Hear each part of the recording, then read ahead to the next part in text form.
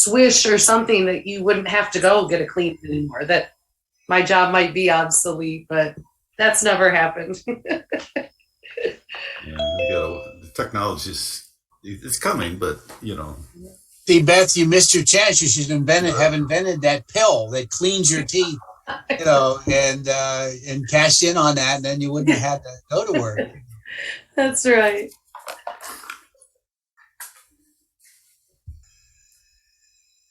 I kind of like having somebody in my mouth all the time.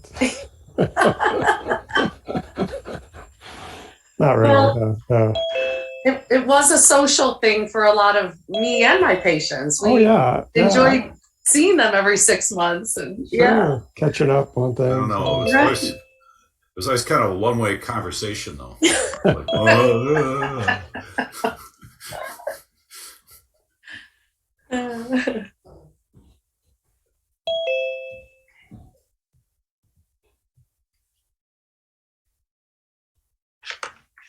maybe we should start these meetings earlier so we can chit-chat.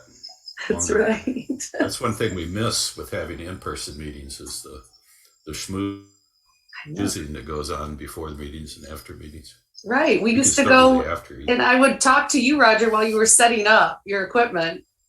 Oh, I miss Rita and Vince bringing the cookies in. The cookies. Yeah. That's right. So when are we going to have in-person meetings? Does anybody talk about that? I've got my yogurt ready.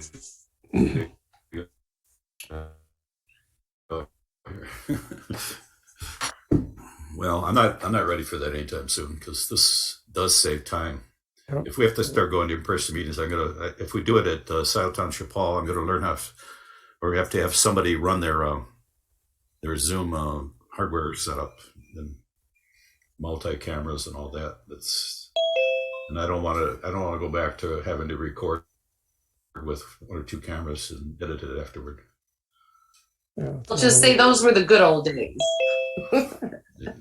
They were old days for sure, and long days. And this way, I think more people get to participate. Definitely. Auto as long recording. as they're on screen. One of the things I do miss about Zoom is a lot of people don't turn on their cameras, so you don't know if they're paying attention. Can't see their facial expressions, reactions. During the court hearings, when that was on Zoom, that was very informative to see the lawyers' faces when certain things happened. That was very enlightening and entertaining.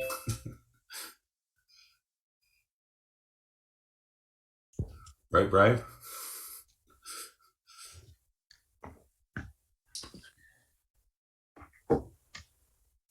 So we have 30 or so participants. I was going to say, it's been so long, I can't even recall what happened at that meeting, that hearing.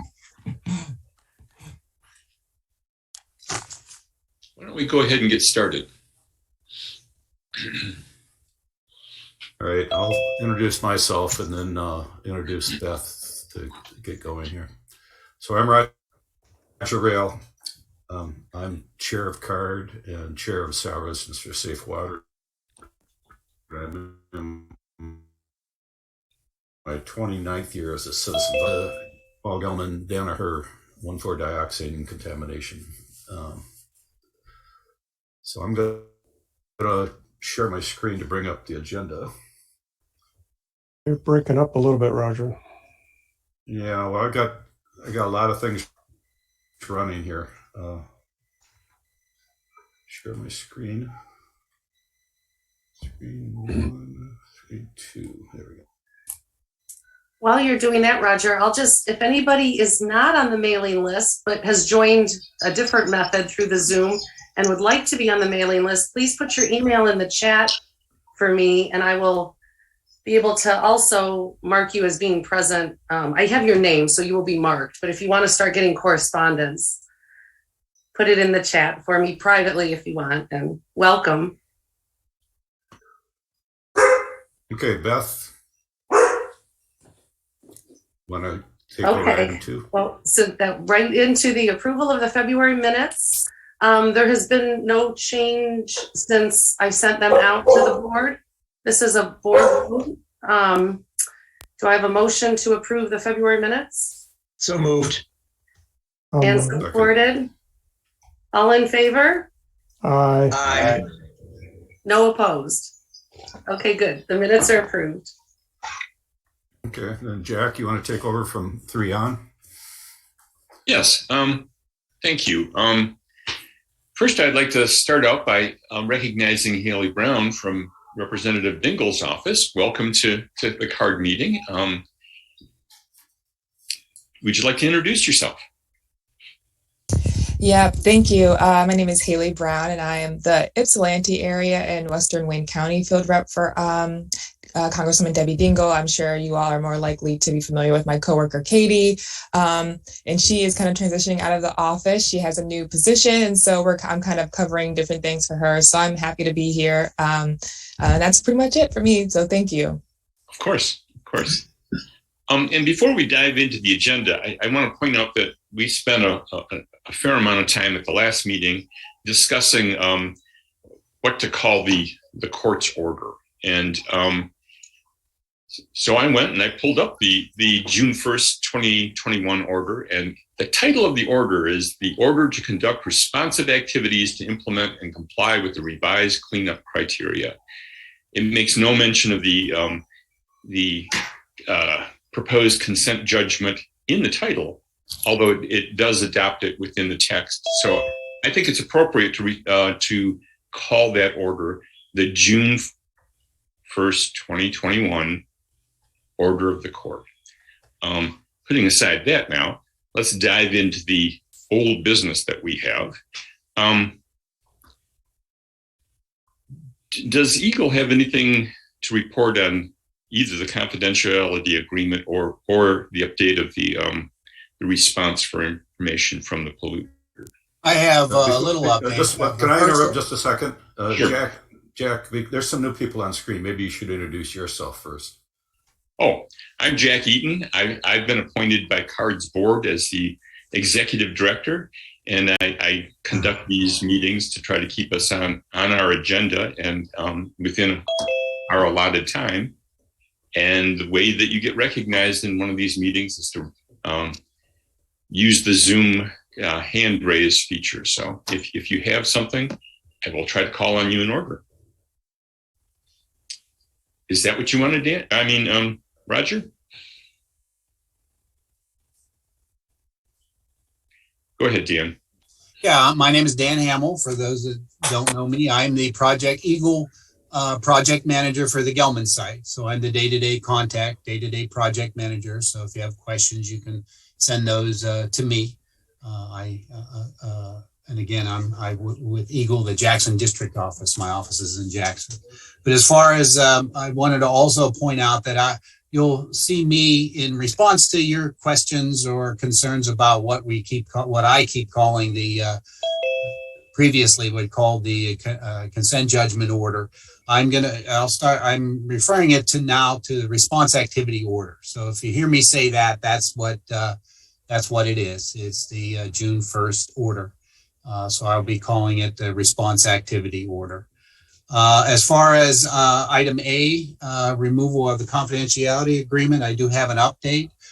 We sent out a request for information letter, as I pointed out the last meeting, went out in early December, and we got no response. So we've sent out a violation notice letter and request for information. And those letters, we've sent one to Gelman and to Donaher, and those letters went out on February 10th. I've sent those letters to be posted on our webpage, so I anticipate very soon, likely this week, to have those posted for those that want to see what the letter actually stated. So it was identified as a violation notice letter, and there was a time frame given for Gelman to respond. And so I will keep you updated on that part of removal of the confidentiality agreement, that item in the agenda. Any questions on this matter? Seeing none, I'm going to move on to item 3B. Is an update on the Ms4 violation and new work plan for the Allens Creek area. I believe that Beth distributed the letter from Eagle, or I mean the email from Eagle and the letter from the polluter regarding the Allen Creek drain. Did everybody receive that? No. I didn't see it. I sent it to Cardcore email list 3 days ago. Yeah, that's the letter. Evan Pratt sent it to me. Oh, okay.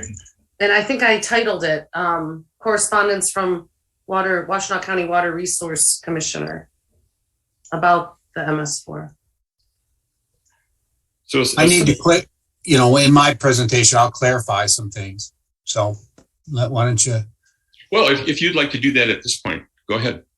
Well, yes, as far as item B there in the update, Gelman submitted to us, RRD, a revised work plan, and they submitted it directly to us as a GSI work plan.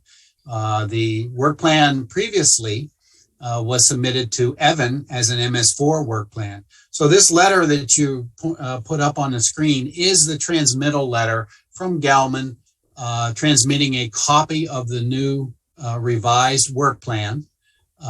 Again, it's sent to RRD, to Eagle, because it is they identified it as a GSI work plan now. And then this letter also from Gelman also identifies that, informing on their interpretation that it is a GSI work plan that has been submitted. It is a GSI issue and not an MS4 issue, and that this work plan fulfills the request from Evan last year about wanting a revised work plan for the MS4. So this is just a transmittal letter to Evan as the Water Resources Commissioner on the revised work plan, which they are identifying as a GSI work plan for the Allen drain. So we received that here in beginning of end of January, beginning of February. Since it is a formal submittal to us, I've started the process of having Eagle review it as a GSI work plan, and including review by our technical team for GSI, and that will come up. We will be discussing it in March here, and then we will have a formal response back to Gelman as a GSI work plan review response back to them sometime here in March, or probably in April is when that will occur. So also just a little bit, we also at the same time received a revised GSI work plan for the Western area, which they had submitted a Western area work plan last fall, and we reviewed it and gave them comments, and they have submitted a revised, from those comments, they've submitted a revised work plan back to us, received that in January, and that is also in review as a GSI work plan in Eagle. So again, we will review that and get a response back sometime here, probably in April. Thank you, Dan. So for those of you who haven't received this letter, a copy of this letter, basically it says that the dioxin that's being found in the Allen Creek drain is not a separate violation, but it's by Part 201 and Part 31 is just incorporated in the requirements that Gelman addressed their dioxin problem. So there's not a separate violation here. I'll be interested to see what the state's response to that is. Go ahead, Mike. Thank you. I did receive that letter. I didn't understand the description of it as it came on. And in fact, maybe I misunderstood the position of where the state is now. Has the state and or our Attorney General agreed with this position that there's no MS4 violation? Let me chime in. I'll first state that the letter does accurately describe the three lawyers' agreement of the interaction between Part 201 and Part 31 here. Notwithstanding that, though, it doesn't preclude the ability of the parties to also demonstrate compliance with WRD's Water Resources Division's MS4 guidance, and that's where we are right now. Is that to say that our Attorney General has approved the notion or agrees with the notion that there would be no MS4 violation if the state law is satisfied? I wouldn't say our Attorney General. I'm not sure she's aware of this situation. Actually, I think it's pretty unlikely that she is aware of it. But I'm not the only Attorney General that has reviewed this, the interaction. And as of this point, there's, this consensus is for real. Wouldn't one think this seems like a rather significant legal position? Wouldn't you think it appropriate to brief the Attorney General and get her specific response on this? My superiors haven't seen that as a need at this point, at least. Oh, maybe we should ask her to do that. It's an election year. It might be a good point to bring up. May I move on, Mike? Yes. Okay, lower your hand. Kathy?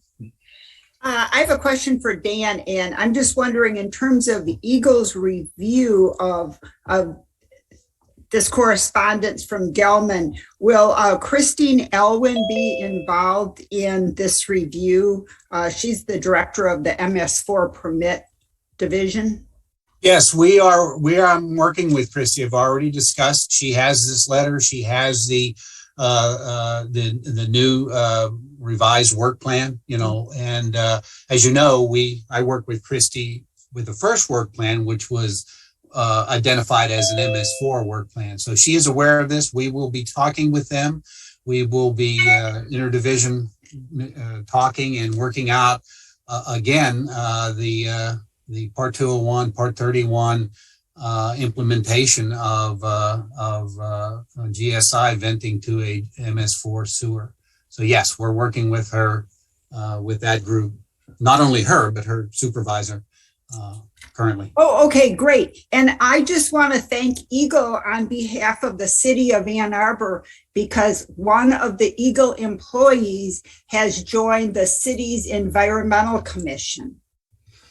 So thank you for that contribution. Okay, Kathy, put your hand down. Go ahead, Vince. I just want to relate information that was happened at the Environmental Commission meeting in late January 2022, where Evan Pratt presented his position on the MS4 violation. It was a little bit concerning that he made a comment that he didn't feel like that this contamination was hurting anyone, quote unquote.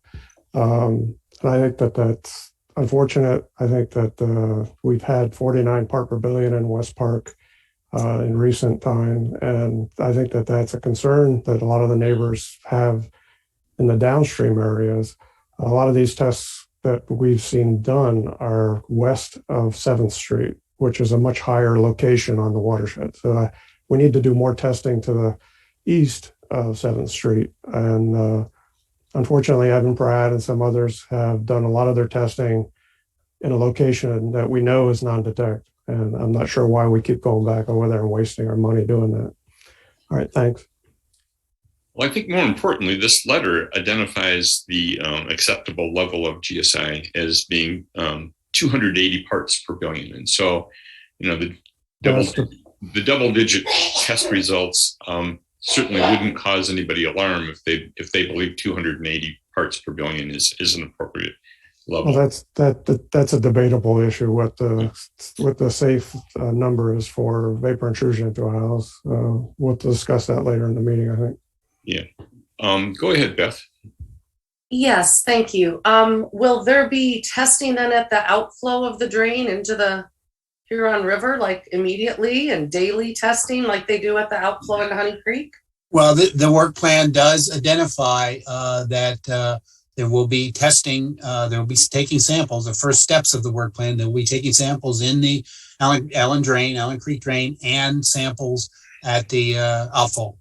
So that is part of the initial investigation activities identified in this new work plan. So yes, they'll be doing that. I do want to point out that I sent this work plan, the new work plan, to be posted on our webpage. Again, I expect it to be posted this week. I will check on that. So that should be available for viewing by anybody sometime soon. Okay, go ahead, Rita. Actually, that was my question, was when we would be able to see the work plan. And I feel that there is some discussion required about which is the acceptable level. I don't feel as though it's been made clear, given the back and forth on this. And I hope that we come to make that clear, because my understanding was that the level of the groundwater should be 0 parts per billion. So that's quite a discrepancy. Thanks. Okay. So I want to thank Brian and Dan for the information on this point, and point out that it's not their fault that these numbers are being used. We need to have better legislation. Our state protection isn't very good. It's the reason some of us support the EPA. Moving on to 3C. Patty, do you have any update on the Ann Arbor wet basement testing? We have had no new basement testing since the last meeting. Thank you so much. Mm-hmm. Moving on to D, do you have anything to report about the Sentinel Well program? I don't. I haven't been very productive the last month with regard to this, but I do owe a few things. So I have a call later today with Brian Steiglitz, and we're going to work through rolling out how we're going to introduce the Sentinel Well program. So okay. Probably more next month. Okay, thank you so much. You're welcome. Is there an update on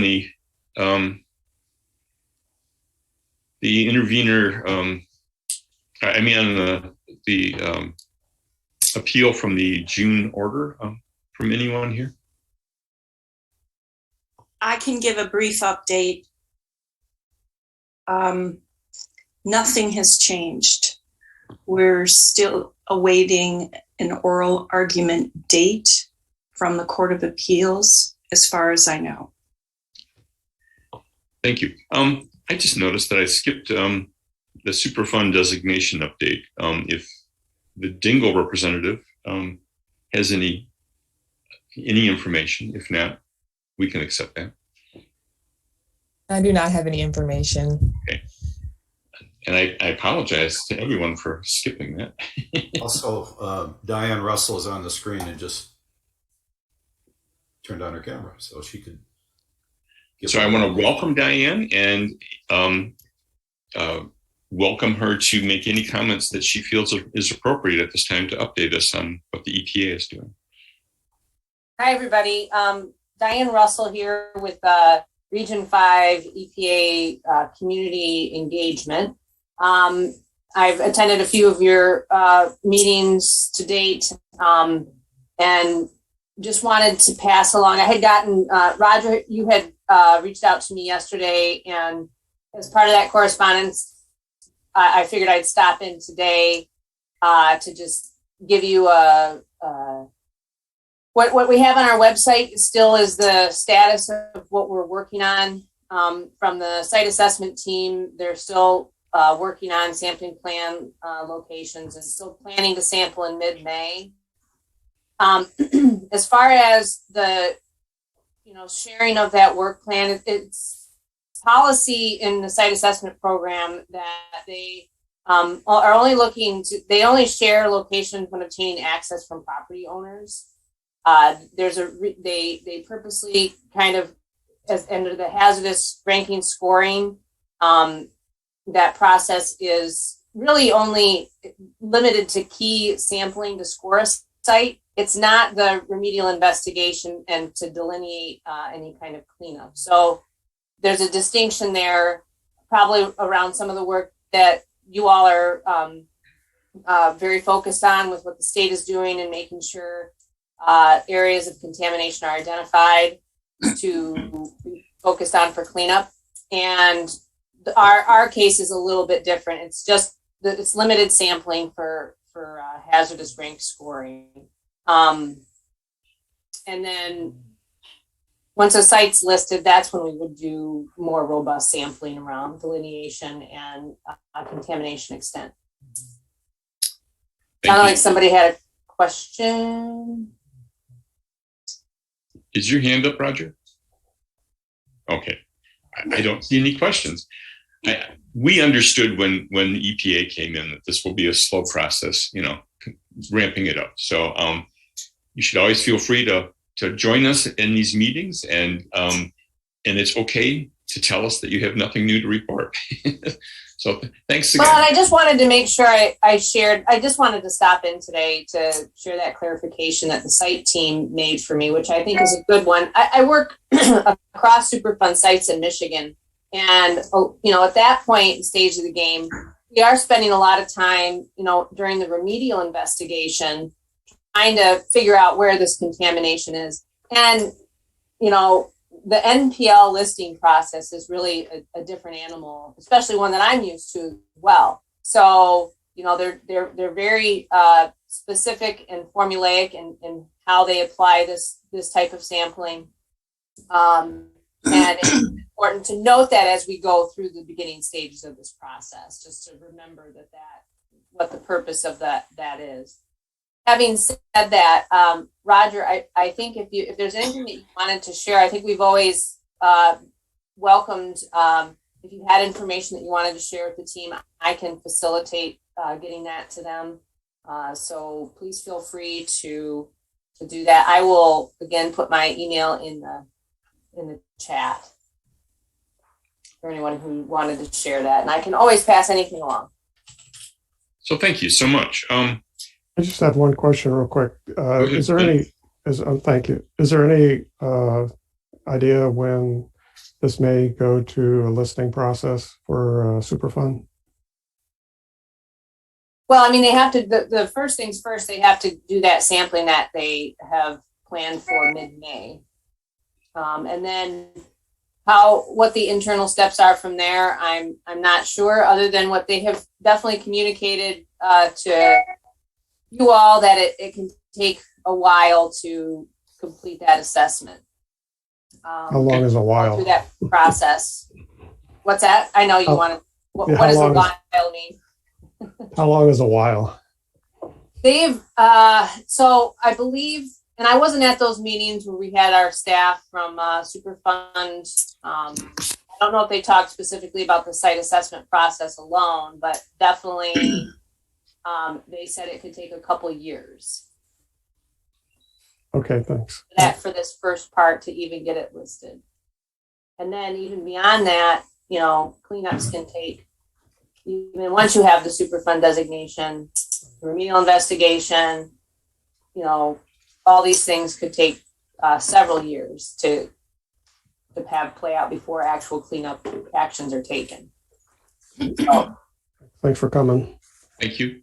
Go ahead, Roger. Thanks, Diane, for coming to the meeting and clarifying that. What I was concerned about was that I want to make sure that the new consultant has access to all of the data that we have, including the data from the preliminary analysis done,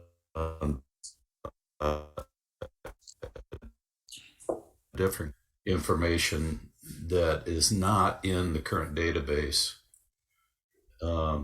and I want to make sure that the history of the site is represented during their investigation of where is the dioxane, where is it going, where has it been, so I just wanted to make sure of that, and I can work with you offline to make sure that EPA has all those sets of data that CART and SRSW has accumulated over the years.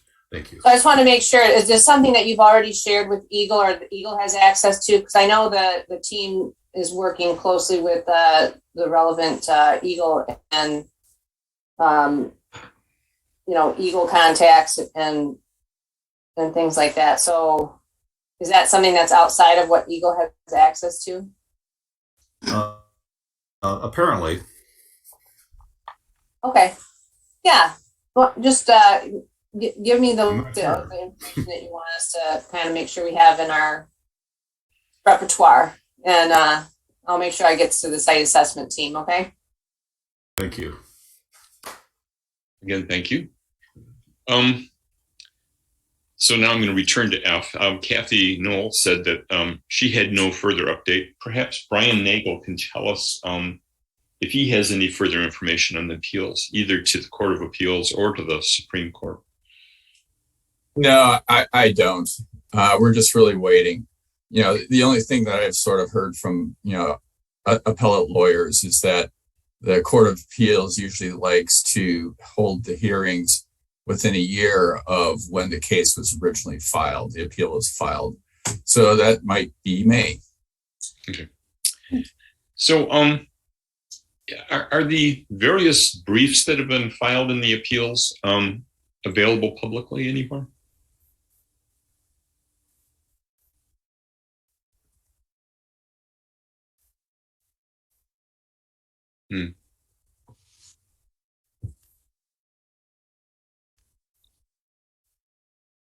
Did Brian freeze? Yeah, no, I'm sorry. I can't answer that off the top of my head. It is in the sense that I don't know the ability of like citizens to access the My File system, but yeah, certainly, each team of lawyers has their own copy. I don't know if anybody's posted them anywhere or not. I can't say that off the top of my head. There's a lot of them. Yep. Go ahead, Ron. I guess my question would be, why wouldn't it be appropriate for Eagle, as representing the interests of citizens, to post them somewhere? I mean, you are ultimately the public's representatives, and why wouldn't the public have a right to know what the hell's in the briefs that you're filing? Yeah. Okay. Go ahead and put your hand down, Ralph. Yes. I'm going to move on to G. Well, I'll answer. I'll look into that question. Thank you. And see if that is, we can post it on the webpage. So. Excellent. I appreciate that very much. Go ahead, Jeff. I'm just going to send an email to our council requesting that they send me copies of all that. I can share it with the folks. I thought I already had, and I went looking for it. I can't find it. Sue? Thank you. Sue Shing from Washtenaw County. We haven't had a good check-in closed session with our lawyer in a little while, and we'll be having one soon. And I will also ask him about making as much possible public. We've had that conversation before, but it bears another one. Thank you so much. Thank you. Great. Now I'm going to, go ahead, James.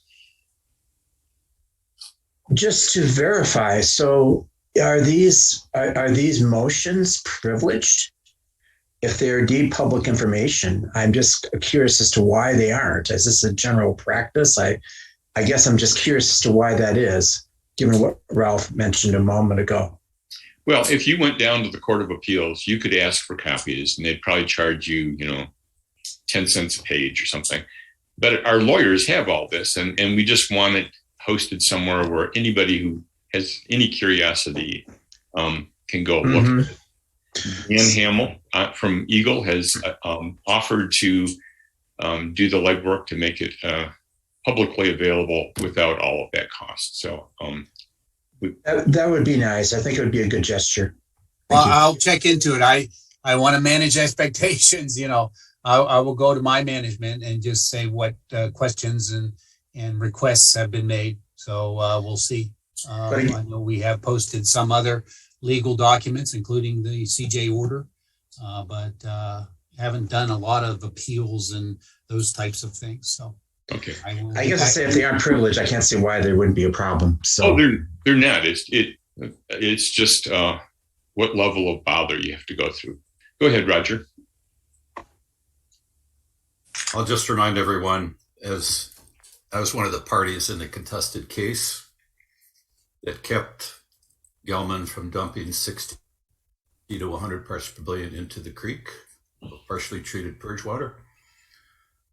And I don't even have all of the information that was presented during those hearings, those contested court hearings. So, this is a pattern that is not new. It's been happening all along.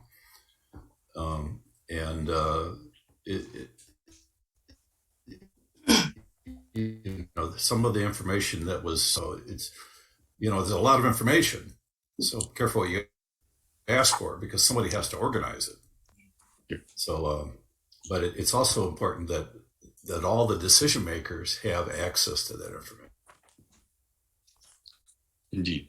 Thank you, Roger. Now I'm going to move on to the next item on the agenda.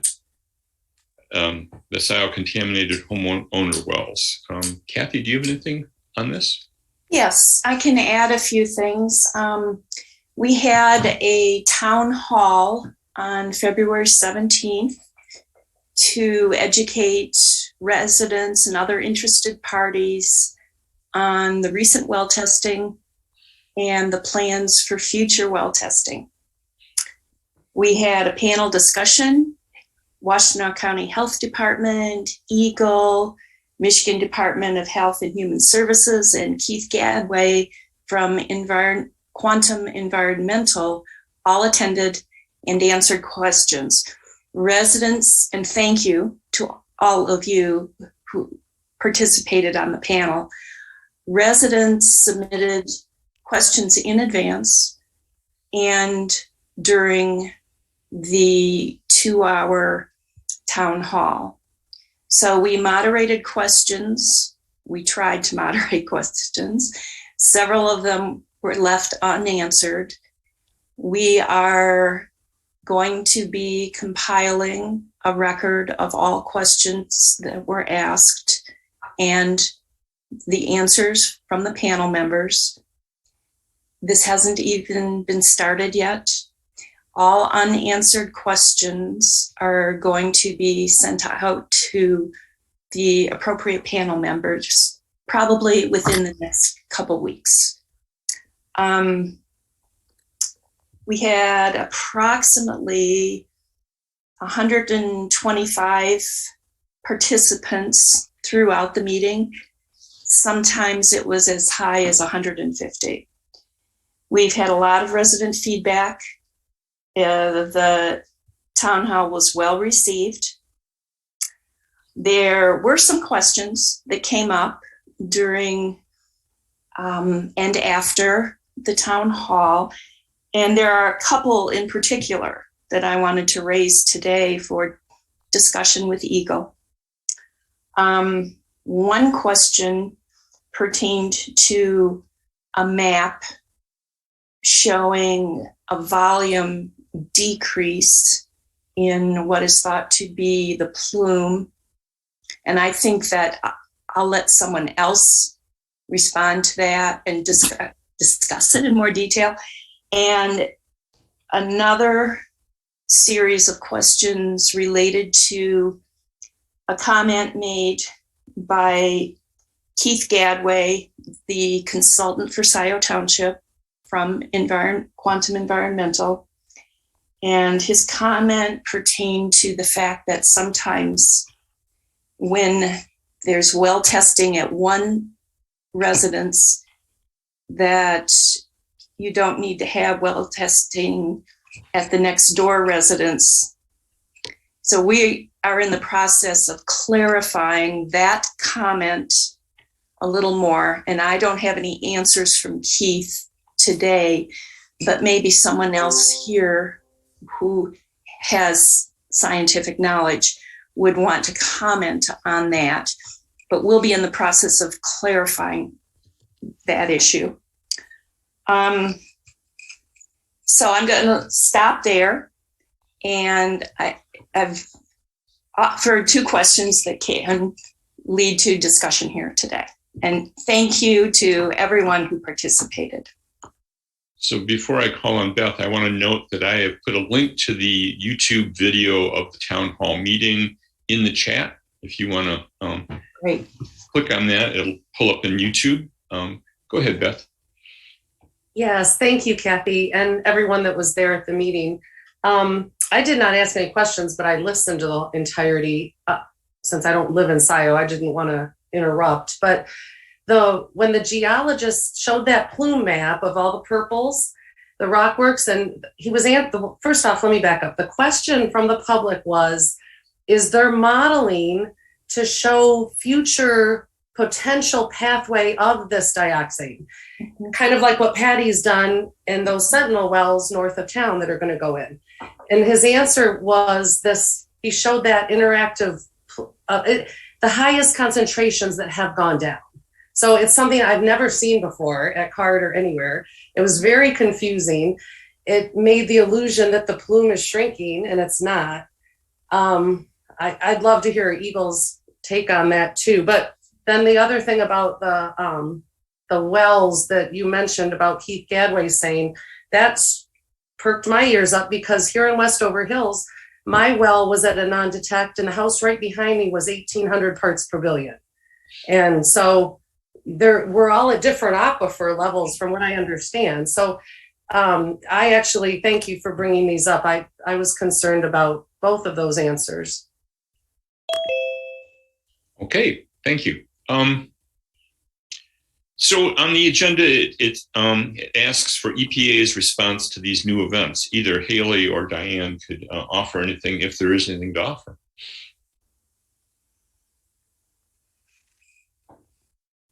Well, could we back up, Roger, does Eagle want to respond to that plume map that the geologist showed? And I'm hoping he'll never show that again unless it's in the proper context. These are new, uninformed residents too that might have thought, oh, the plume's shrinking. Like, I don't.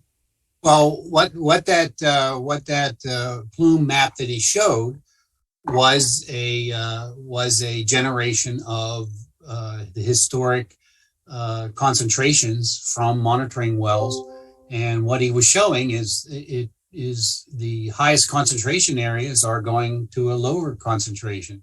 So he wasn't trying to say that the extent of contamination is shrinking. What he was trying to say is that the source of contamination for plume migration, the highest concentrations areas, the hotspots, we have information, historic sampling information that shows those are going down, and that's what he was trying to present. The map, the model that we have is a static model, meaning it's not a predictive model. It doesn't predict, other than visually where you can see different concentrations going down, new concentrations appearing. It's a static model. So what we do is we update the information in this model yearly at a minimum, with all the yearly samples from monitoring wells, residential wells, everything that we utilize is updated once a year, and then put into the RockWorks model. And then that information is put into our GIS, our interactive web map. I understand all that, Dan, but it was irrelevant to this meeting. This meeting was about these fingers, the expansion of the plume into homeowner wells. And it was like way I don't off. remember, truthfully, Beth, I don't remember what generated that. I believe it was generated from a question. The map was brought up on a question, and so I can't answer to the, okay, why, it wasn't a part of our initial presentation.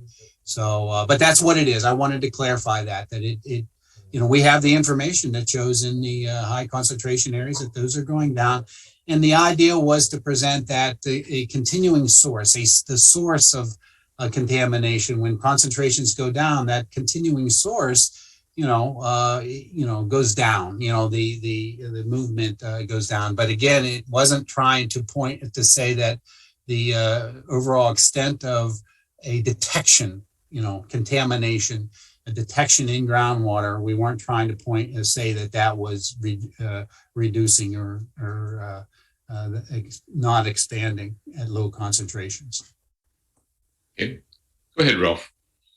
I have from someone who knows less about the science of this than probably anybody at this screen. My normal layperson take on that would be, oh, great. The big concentrations in the origin are spreading out. Wouldn't that be almost the immediate logical response? If the concentrations at the source are going down, that's exactly why all that stuff is now spreading into your yard. Yeah. I mean, isn't that the obvious rational? No, the obvious. Well, we also pointed out. We will point out is that there's been remediation, pumping, treating since the mid 1990s, and that is the reason why that the concentration in these hotspots are going down. So, Roger, that's our interpretation. That's what we were trying to state, or we will state that is that the ongoing remediation activities that have been required from Gelman has reduced the high concentration areas, and will continue to do so in the future as the response activity order requires Gelman to continue those pump and treat activities and add additional pump and treat activities at locations of other locations of high concentration. But both could be true, right? Yeah, exactly. Both the removal of pollution and its spread, because we know it's spreading, can be responsible for the reduced levels of contamination at the peak areas of the plume. Isn't that true? Yeah, I can't say that I have information that says that's not true. What you're saying is that you're identifying your interpretation. You're identifying that it's spreading out, so it's the concentrations are going down because it's diluting as it spreads out. Okay, go ahead, Roger.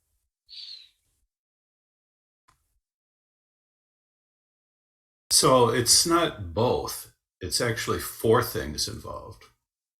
One is that, yes, they're removing a certain amount of dioxin. Two, the dioxin that isn't removed is spreading. So the high concentrations go down, leading to higher concentrations at some lower level in the surrounding, wherever that dioxin is going.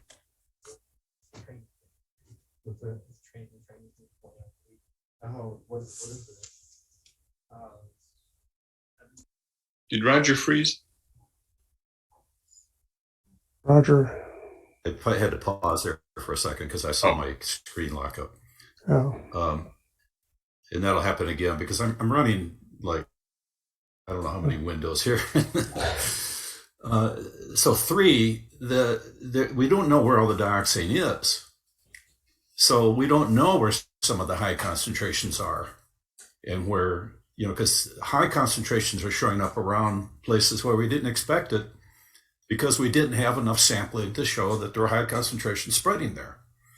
The fourth thing is there's some natural attenuation going on in certain places of the plume. And we don't know the degree of that natural attenuation. There's also something called redispersion from low permeable areas where there's been high concentrations get into some clay layers and silt layers. And as the higher flow areas go by that area, they're pulling some of that dioxane that's stored in those low permeable areas back and continuing the dioxane levels in certain areas. So there's really like 5 things going on. It's not as simple as just seeing a go down in one area and say, oh, we're doing a great job. No, because we don't know enough about where all the dioxane is. So that's about all I have to say on that. Thanks. Okay. There's a note in the chat that I'll say something later, by the way. Yeah. There's a note in the chat that perhaps we want to invite Dr. Chris, I don't know how to pronounce his name. Swoboda. Thank you. To a future meeting so he can have this discussion with us. Yeah. Go ahead, Kathy. Okay, I think that's a good idea, Jack. And I wanted to ask if there's anyone else from Eagle who's present today who can shed any more light on this issue. But I really appreciated Roger's analysis.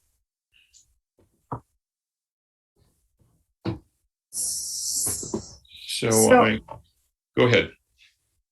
Yes, I'm having some problems with my computer, so I don't really know if you can actually hear me or not. But yes, I'm also coming from Eagle, and I think that they was making a good point explaining what exactly the maps were trying to represent. I mean, we don't have a predictive model.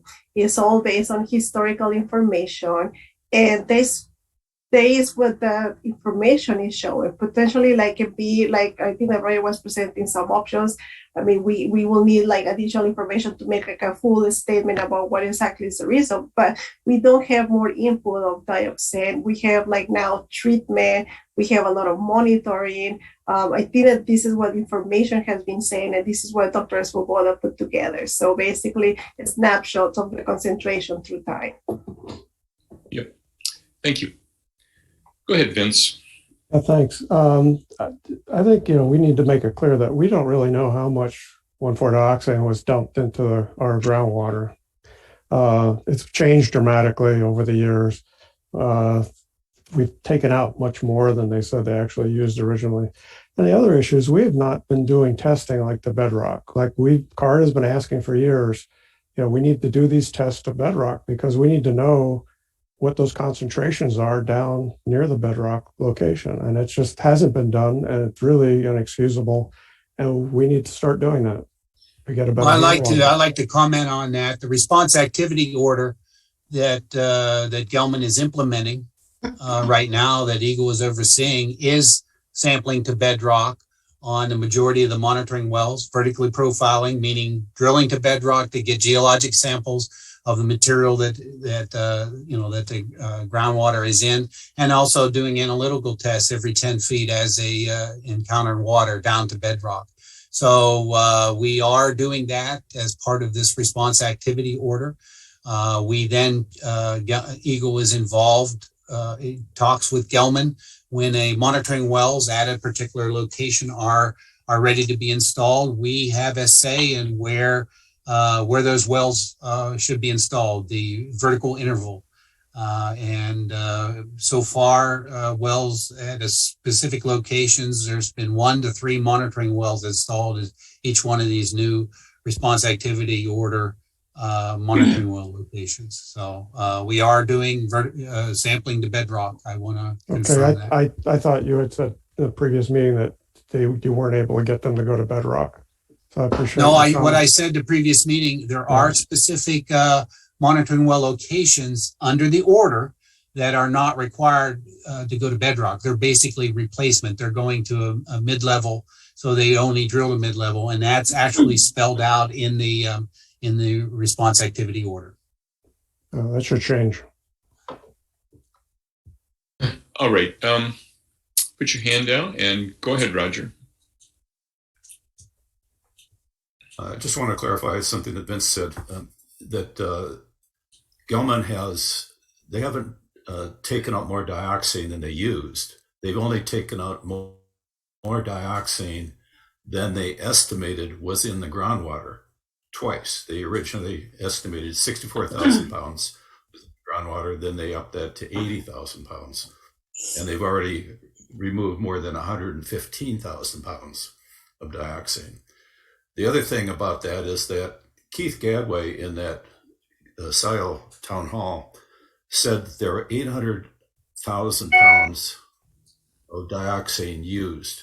That's the old estimate. The newer estimate from Gelman, environmental coordinator, their hydrogeologist, and Sybil Cohen, who was at DEQ at the time, published a paper that said, no, it was actually 850,000 pounds. So there's 50,000 pound difference. I think that's significant. 50,000 pounds of dioxin is significant.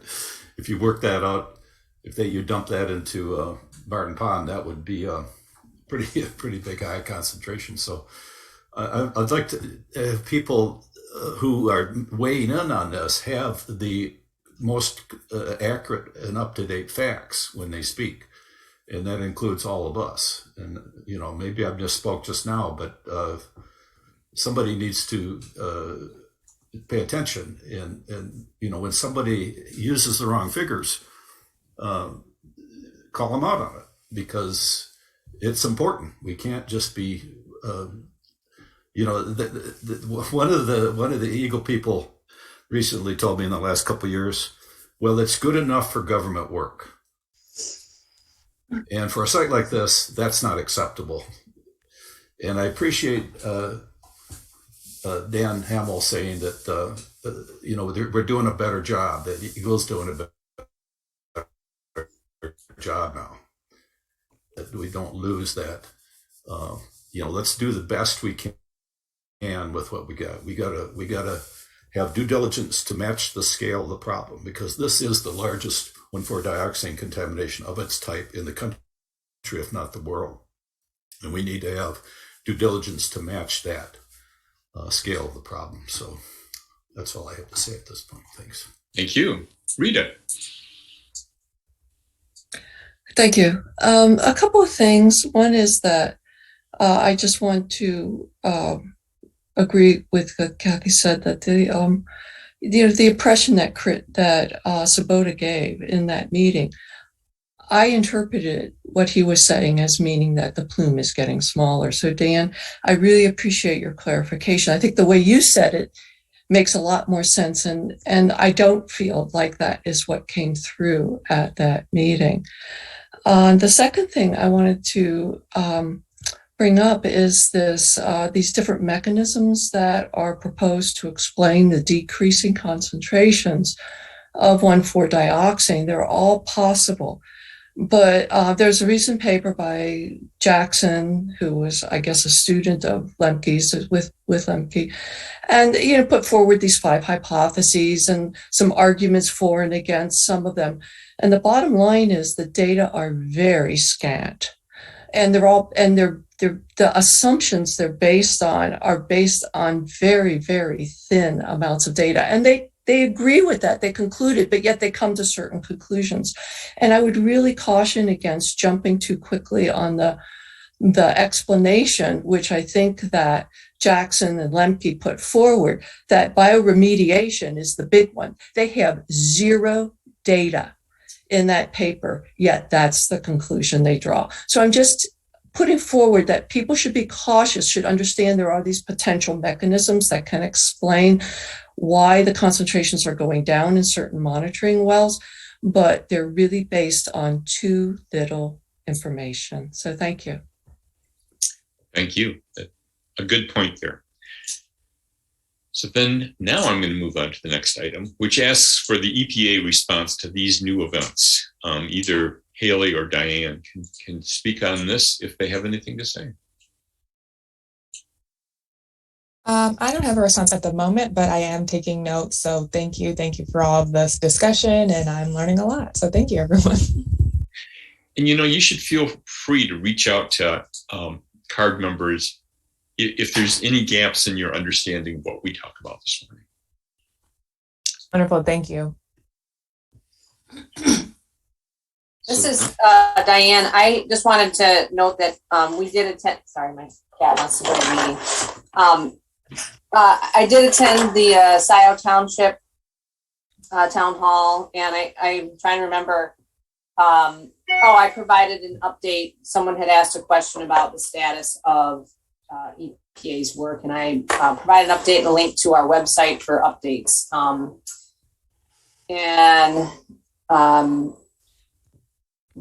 That was the just the extent of my participation in that. Okay, thank you. So underlined here for extra emphasis is the idea that Eagle should be using the 522 method. I was really pleased to see that both Scioto Township and the county are using the 522 method for this well water testing. And is Josh here to discuss why the state hasn't adopted 522? No, he's not here today. He had to go in front of the legislators to a meeting. So I mean, I can speak on that. We haven't adopted that method 522, like I said in the town hall meeting, because the method that we are utilizing allows evaluation for risk related to Michigan cleanup criteria. I do want to point out that, as I said in that town hall meeting, that we have been working with the lab, and the lab has been working. That the method they are going to start identifying a lower detection limit on the method they are using. The method they use is called 8260 SIM, SIM, and single ion monitoring basically is the SIM, and is going to be reduced from 1 part per billion down to 0.5 part per billion. So they will be presenting any samples submitted to the drinking water lab. Residential well samples will now have a detection level of 0.5 part per billion. We will be utilizing that same the drinking water lab, the county and Eagle, in this 2022 sampling activities on residential wells that we complete. That's going to start here in April. We're going to be sampling approximately 187 residential wells around the Plume area. Several of those, a group of those will be sampled twice a year for a total analysis of approximately 215 plus or minus sample analyses for 1,4-dioxane. We will, those detections will be at 0.5 parts per billion. So as far as why we haven't moved to that method is the laboratory does not have that capability to use the method 522. Again, they have the capability to answer all the questions required for under Michigan to evaluate related to the evaluation of risk related to the drinking water criteria of 7.2. The other one of the other reasons so far, is that we haven't utilized that is just realize that the methodology is a little bit different. As far as sample collection, sample bottle requirements. And in reality, although there has been some discussion by I think Dan Bicknell and others that the cost is lower to use method 522, it is not lower. When you evaluate what has to be done, the whole process, including setting it up, the bottles required, taking those out, the time required to fill the bottles, that type of thing. When you do all that together, we're coming up with numbers that our current lab, is using a cost estimate of, approximately $160, $161 per sample, with everything that's the collect, that we're paying the county to collect, the shipping, and then the actual analysis, the cost of the analysis. And when you go into an external lab, if that's what has been suggested for Eagle, when you take all those same considerations going to an external lab, it's coming up to about our calculations coming up as about $243 per sample to do all that. The other, one of the reasons that it's higher is, we pay the county to do this. They are maxed out at the current levels, numbers of samples. So we would have to use a subcontractor to go collect this, collect the more samples, these samples. If you use a subcontractor, that increases that up. And that's why we have a we came up with a $243 per sample. So it's not, we currently don't have the capability at the lab to do method 522, but we have the capability to do analyze to a concentration to evaluate using Michigan drinking water criteria. And we are going to be offering something lower to the 0.5. I believe the Scioto Township detection limit for their method 522 using PACE lab was 0.12 was their detection limit. It was. Okay. We're going to be going to 0.5. So there is still a little difference, but again, it's, relating to evaluating to a 7.2 criteria, and which is what we have to do as a state. That's the numbers. Then our method fulfills that requirement. So that's where we stand right now. I wanted to make a clarification comment. The 522 method was used by Scioto Township and will be used in the next 2 rounds of sampling, but it's also used by the city of Ann Arbor. The comment was it was used by the county, but I don't think the county has done that. I think it's just the city of Ann Arbor.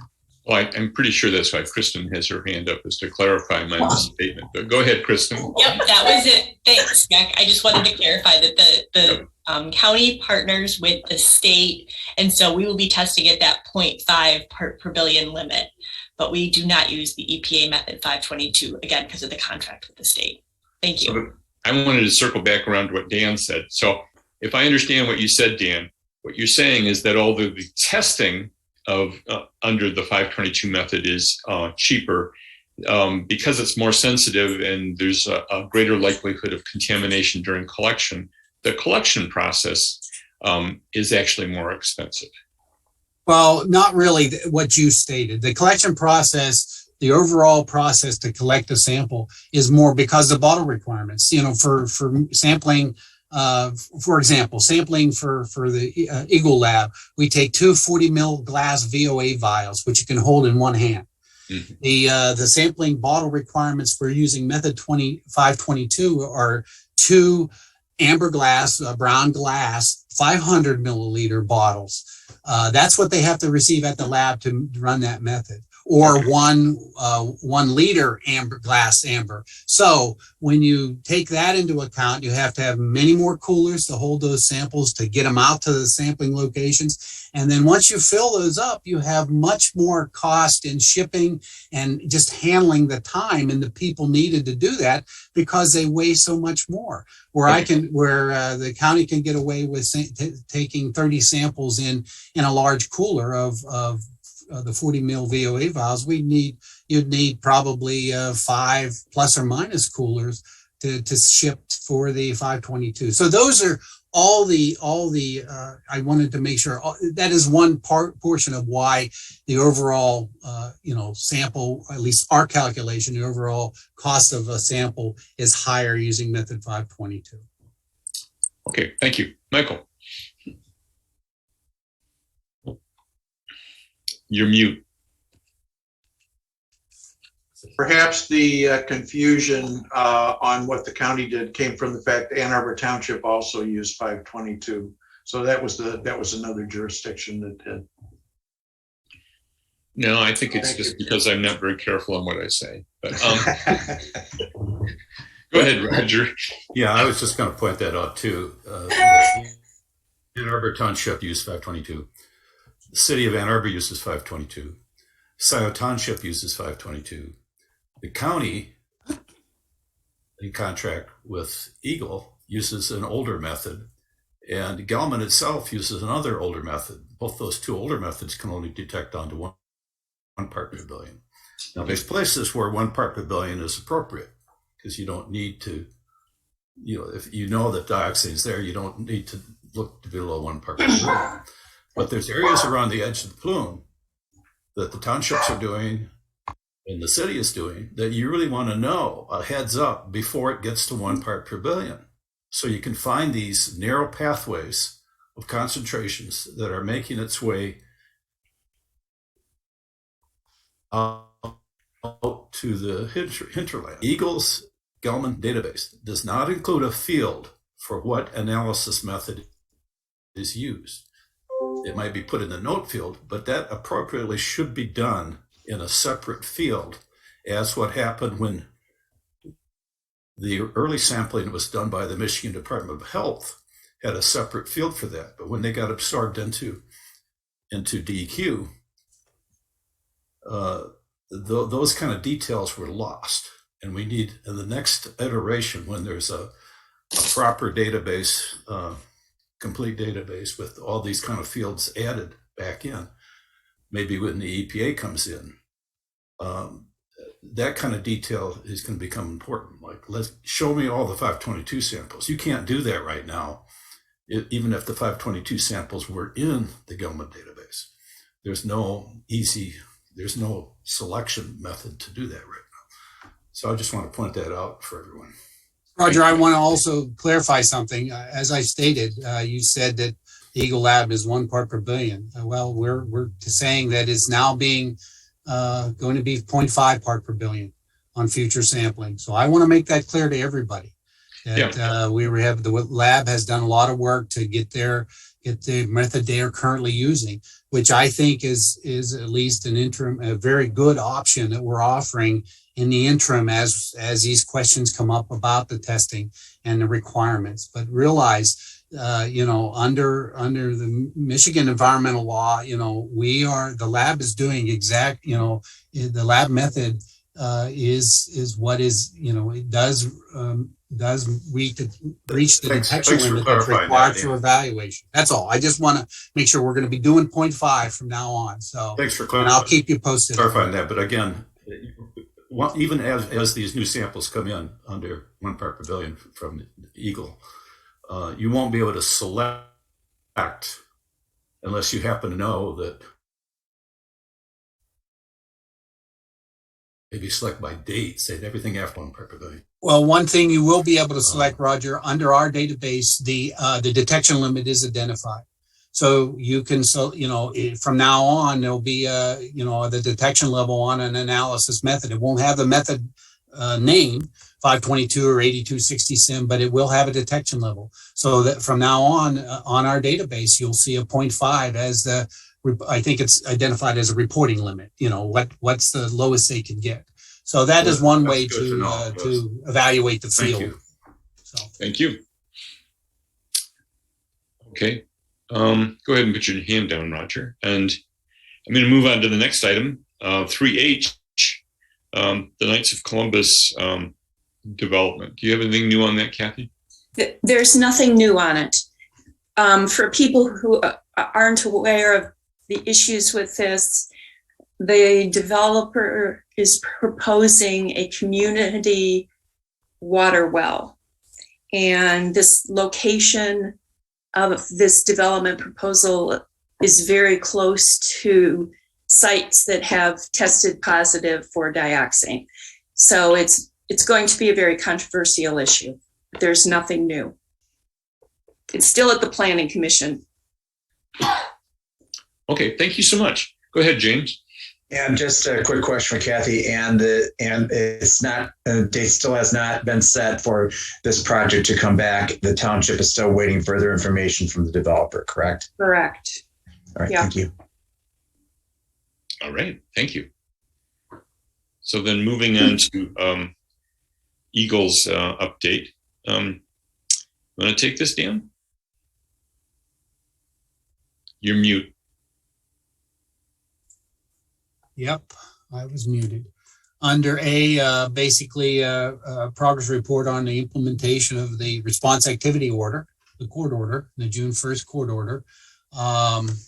I've basically in the western area, which is west of Wagner Road, they have completed construction of monitoring wells as required at 6 locations, and those locations are identified in the CJ order, the figure that it is part of that order. The response activity order. So at those locations, MW 143, 142, 143, 144, 145, and 146, between 1 and 3 monitoring wells has already been installed at each one of those locations. All the locations, like I said, are sampled to bedrock, except there are 2 in that area that were specifically in the response activity order that did not have to go to bedrock. They were just replacement wells because there's monitoring wells near them. We wanted to. It was negotiated, and only one replacement or interval monitoring was identified. So they went to that depth and profiled down to that specific depth. Access negotiations are proceeding. There are 2 other locations in the western area off of Jackson, location I and J, as if someone would look at the response activity order map that's included. They are in negotiations with those property owners to install monitoring wells at those locations. The negotiations are the particular property owners they have certain concerns, and so they're working through those concerns right now. As soon as those access is granted, then those wells will be installed. And I believe one of those locations will be a 1 monitoring well location, and the other one will go to bedrock and be vertically profiled. As far as on the eastern area, as far as monitoring wells, there's been a monitoring well cluster that has been installed down near the Lakeview, South Wagner Road, Lakeview Avenue, Lakeview Road, residential wells. There's been a monitoring well installed in there. And the next location that they're going to be drilling here, probably starting here in the next couple of weeks in March, is location E, which is adjacent to the existing Montgomery well, the city's Montgomery well. So there is a cluster well location down there, and that will go to bedrock and then also be vertically profiled, and then 1 to 3 monitoring wells likely. It'll probably be in the 2 to 3 likely be installed at that location based upon the geology and the vertically profiling. As far as the other monitoring well locations in the city, in the Prohibition, the eastern area, is the Gelman is still in negotiations with the city of Ann Arbor. The rest of those locations are proposed to be installed on city right-of-way. City roadway, city right of way. So they are completing their negotiations with the city to get access under a overall access agreement for those installations. And that access agreement also includes infrastructure from extraction wells, the Rose Well / IW2 well area, which I mentioned earlier there. And so they need to bring piping in to get it into the system to be able to transport it back to the Gelman site across Wagner and treat it. So as soon as those locations, which include what is identified as location A, B, and C in the north along the Prohibition zone up in the north, and then locations H, G, and F, which is down near West Park area. As soon as those access is signed, or they get access, and they will start installation of those monitoring wells. As far as the extraction wells, they are going to be converting IW2, which is an existing well. It was historically an injection well. They'll be converting that to an extraction well. And then they have done some test borings along Valley Drive to evaluate putting in another extraction well, which has been identified as the Rose Well. And so that in the response activity order, so those activities have been done, and that will be done as soon as they get some, like I said, access to tie in the piping to transport the extracted contaminated groundwater. As far as the GSI, I talked about a little bit about GSI work plans that we received for both the eastern and western areas. They have implemented, even though they've submitted a revised work plan in the western area, I've given them permission to implement some sampling that's needed in the western area GSI evaluation, because they needed to do that here in the winter when it was salt, ice more and less water, and it was ice, to get access into the unnamed tributary area to do what is identified in the work plan as pore water sampling. So they've done that. They did it here in early February, and we were aware of that and discussed that with them, and I gave them permission to start that without a final approval of the whole work plan by Eagle. So we will be evaluating the remaining activities in the Western area work plan. And so work is in the Western area GSI evaluation has started. So, and then as soon as we evaluate their Eastern area GSI work plan and give that approval, then they will start those activities, which I identified to Beth earlier, which initially will be some sampling of the Allen Drain waters and flow in the Allen Drain, and at the outfall where the Allen Drain goes into the Huron River. Okay, thank you. Go ahead, Roger. I just want to clarify one thing. Dan, you said that if there's a replacement well, you're not requiring vertical sampling. So is it possible that some of the contaminant, some of the layers where dioxin was found or not found during the original drilling of a well, is it possible that dioxin could have made its way to those other elevations in the time that between the original boring and when the replacement well was? I guess I misspoke. I shouldn't have called them replacement wells. It is they mainly are single wells related to, there's other monitoring wells in the area except for a particular vertical zone. So that was negotiated as far as your question, in the response activity order, in response activity negotiations, and that was what is in the order. That's the proposed okay, whatever you call it. Yeah. The fact that you're putting a well in where there was a previous well nearby. It still is a previous well nearby.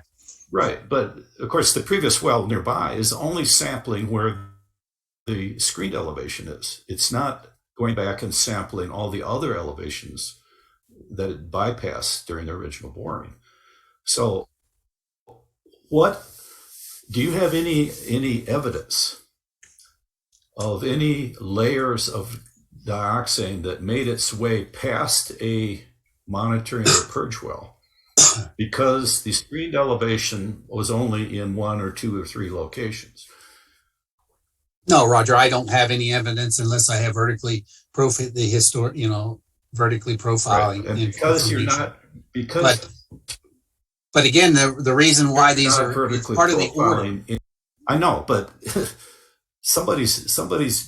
science should be driving this, not somebody's negotiations. Science should Roger, we have, this. and adjacent to these locations, we have new wells that are being vertically profiled to bedrock. Now, you kind of start getting into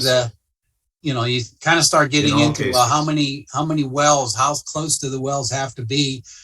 This is what. No. But what I'm asking for is why not vertical profile new wells when there is no recent vertical profiling? I don't disagree with you, Roger. This is what was negotiated. This is what's in the order. So this is what's being done first. I know, but I just want people to ponder that for a minute. In other words, dioxin is moving through certain layers, and it could be moving past screened levels of monitoring and purge wells without us knowing it. Actually have an instance where TW14 and TW17 were drilled a couple of years apart. And they're what, 50 or 60 feet apart? Is that close, Dan? Is it 50 yeah, or 60? I mean, within that, yeah, plus or minus. Yeah, both of those were vertical profiled. And if you look at those vertical profiles, you will see differences in dioxin. So dioxin showed up 2 years later that wasn't in the original drilling of TW14. It showed up in TW17, 60 feet away. So we already know that this can happen. So why not vertical profile all new wells? So Roger, if I may, if it's within, if I may, we have the problem of science versus lawyers. The Eagle can only require the polluter to do that which the lawyers have agreed to, and so it's kind of a science versus lawyers sort of thing. This is really unfortunate. I'm sure that Eagle would do more if there was more in the court's order, and I don't think it's really fair to call out Eagle for what's lacking in the agreement that the lawyer has negotiated. So, if we can, go ahead, Mike. My question, I think, was subsumed in all of that. I was just trying to understand whether the failure to drill some of these wells to bedrock and do vertical sampling is because of interpretation of the response order, as opposed to some other basis. Yeah, on the specific locations, some of the, like 2 of the locations, it's specifically written into the response order that it's going to this interval. And it doesn't require the other locations, they're going to bedrock and vertically profile. So okay, thanks. Thank you. Go ahead, Rita. Thank you. So I was just reading that letter that Evan Pratt had sent out, and I think it's relevant to the current discussion because we're talking about activities that, for the monitoring wells based on the response order. And I want to bring to light a couple of excerpts and ask if I'm interpreting it right. It says on page 3, what the response, excuse me? What letter, Rita? This is the letter from Zalzmer about okay. So it's Gelman's transmittal letter to Evan. Right, okay. Right. So it says the response activity order authorizes the discharge of the plume to the Huron River so long as Gelman ensures the discharge is in compliance with Part 201.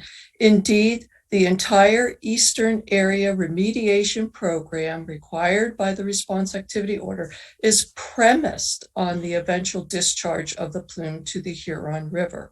So that's sort of a shock to me. So the entire Eastern plume cleanup is premised on dilution as the solution to the pollution.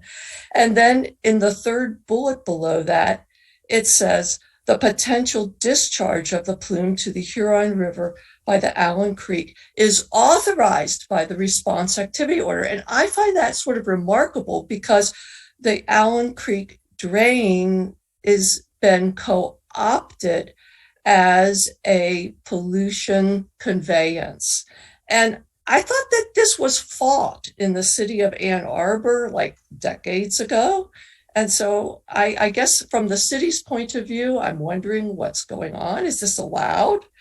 And from the county's point of view, is this allowed that Gelman is now allowed to discharge into the storm sewer drain?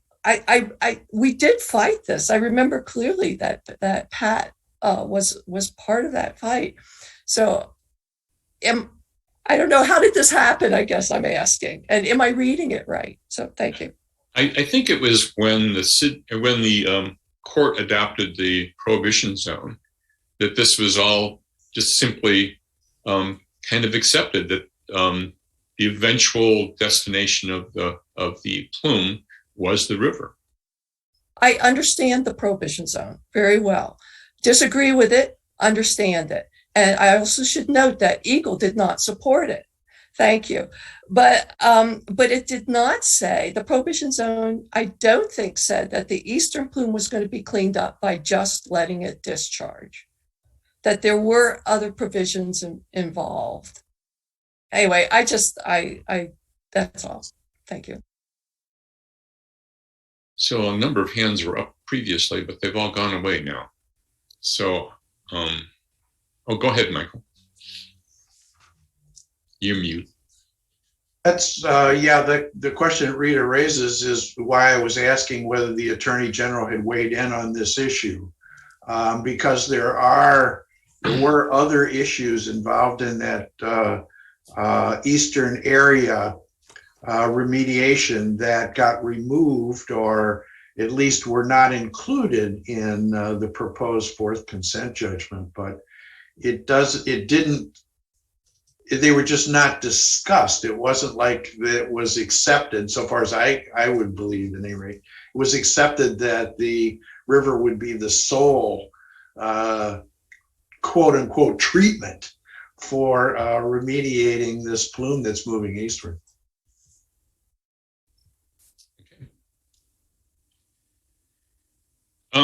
So the next item on the agenda is the summary report on TW24, an update, and it designates Josh as a source. Like I said, Josh is not here today.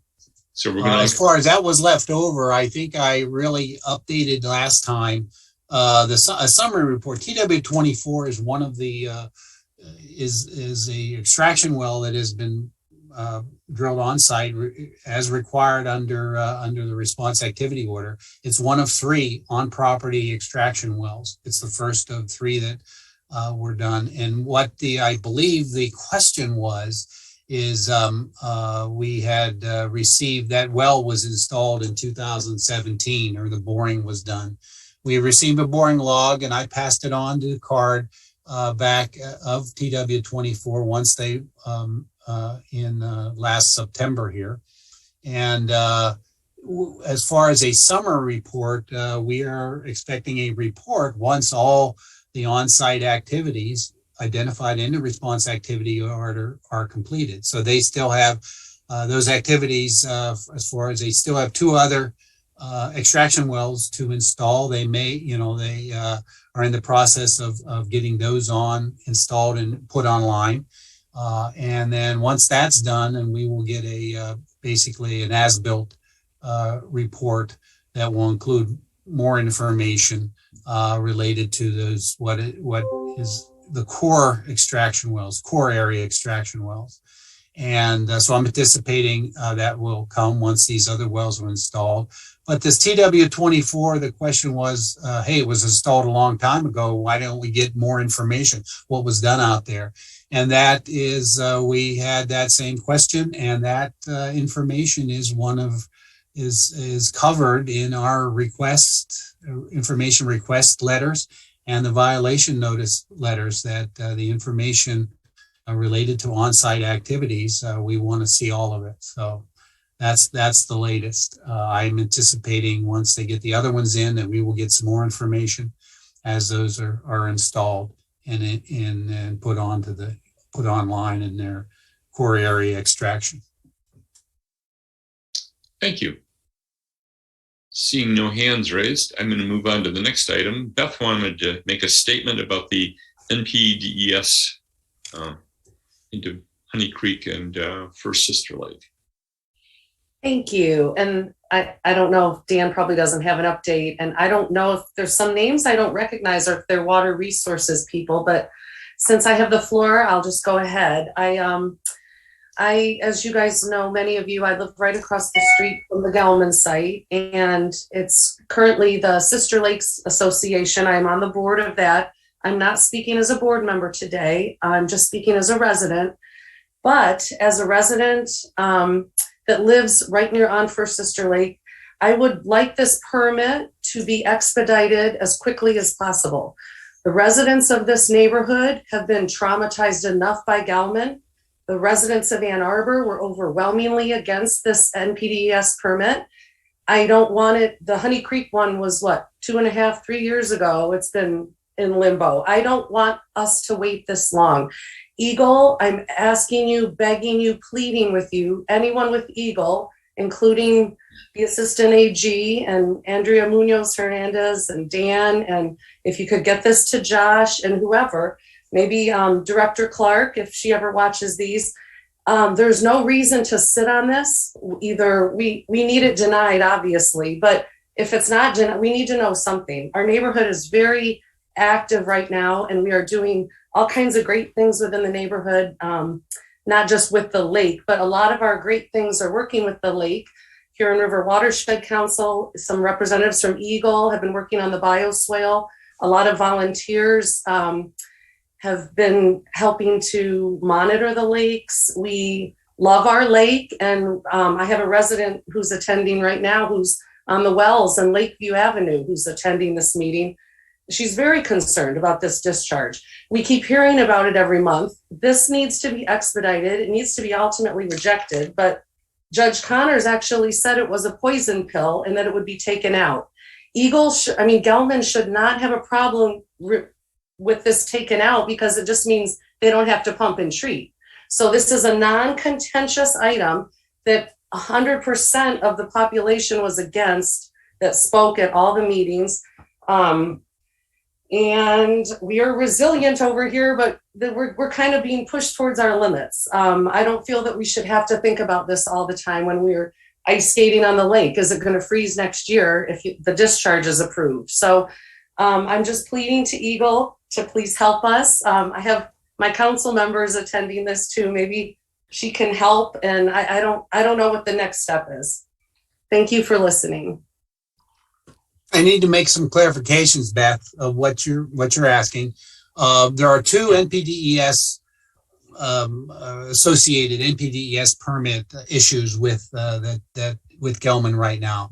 There is currently an existing NPDES permit for their discharge to the unnamed tributary of Honey Creek. I'm not talking about that. Right, I know.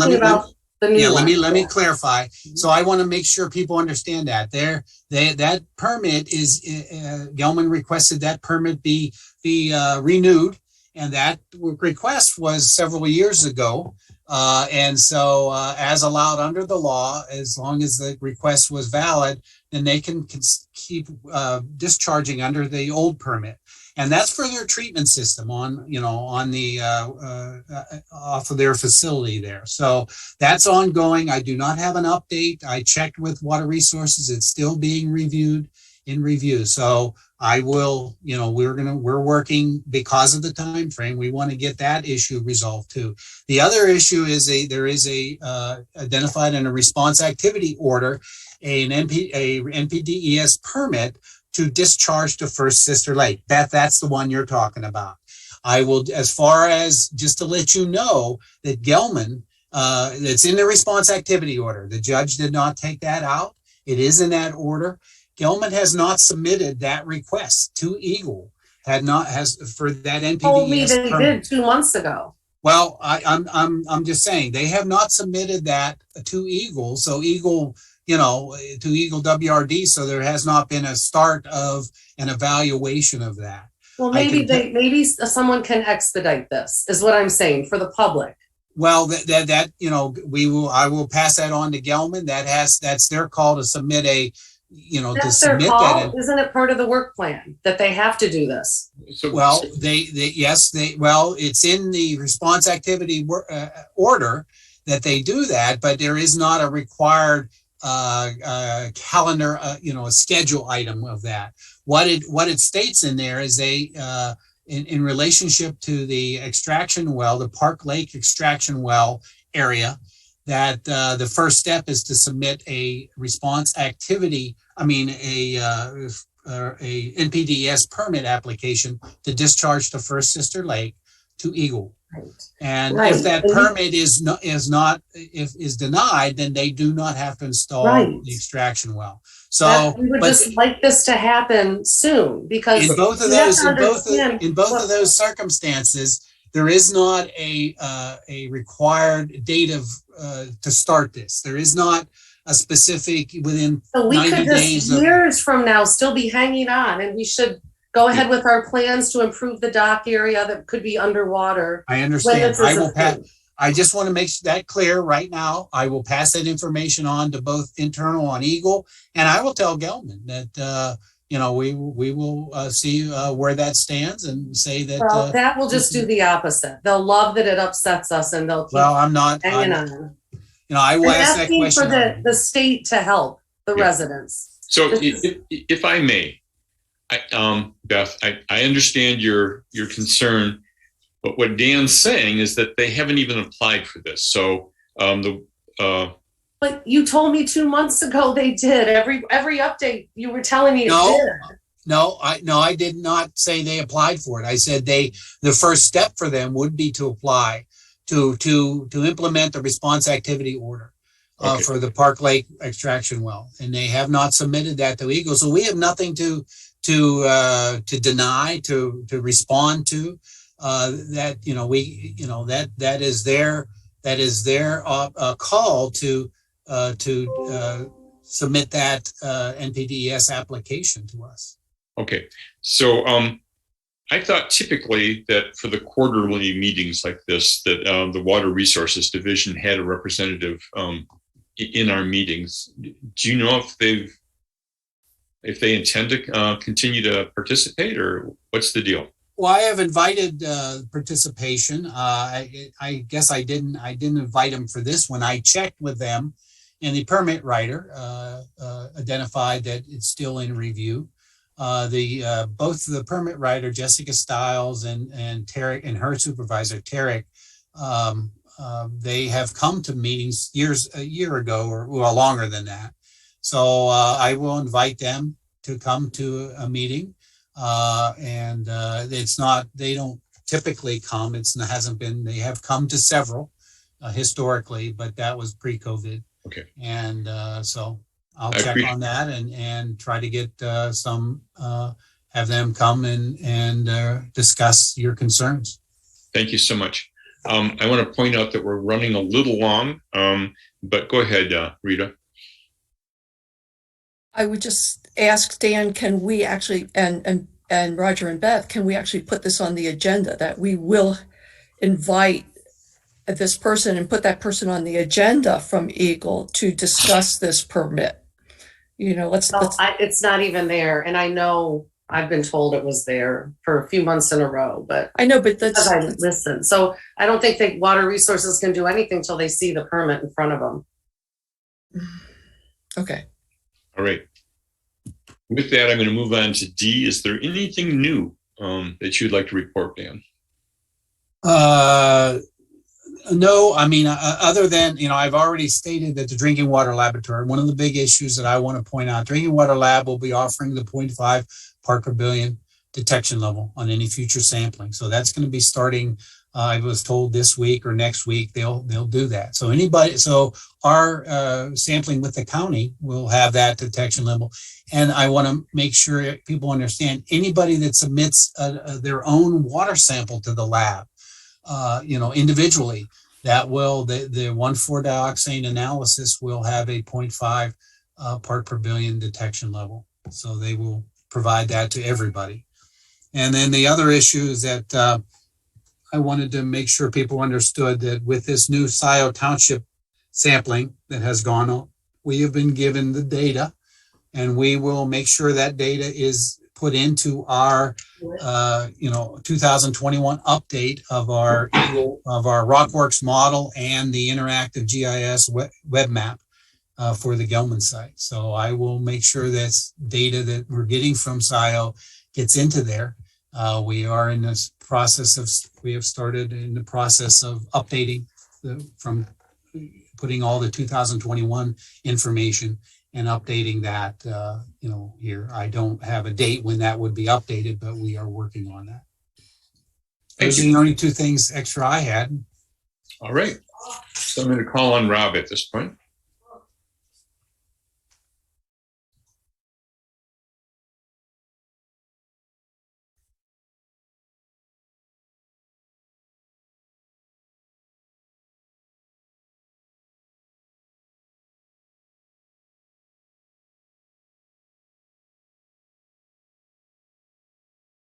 You mean what is the EPA analysis method?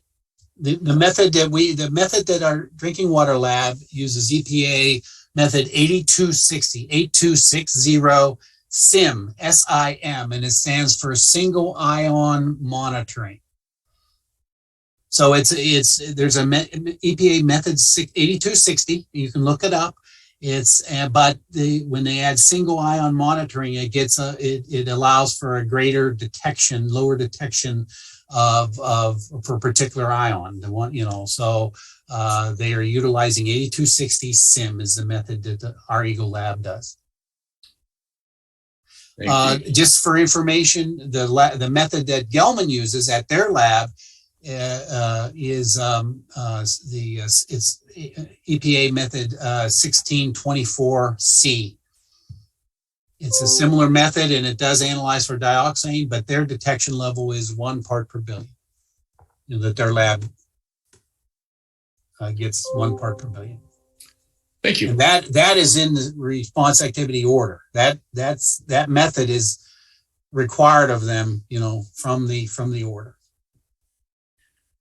Go ahead, Ralph. I just had a brief historical comment on item 4C that Beth was talking about, and that's this.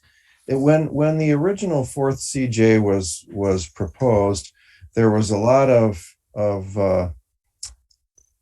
information and what I'd call some disinformation spread by various public officials about how great that consent judgment was, and that seems to be occurring even now.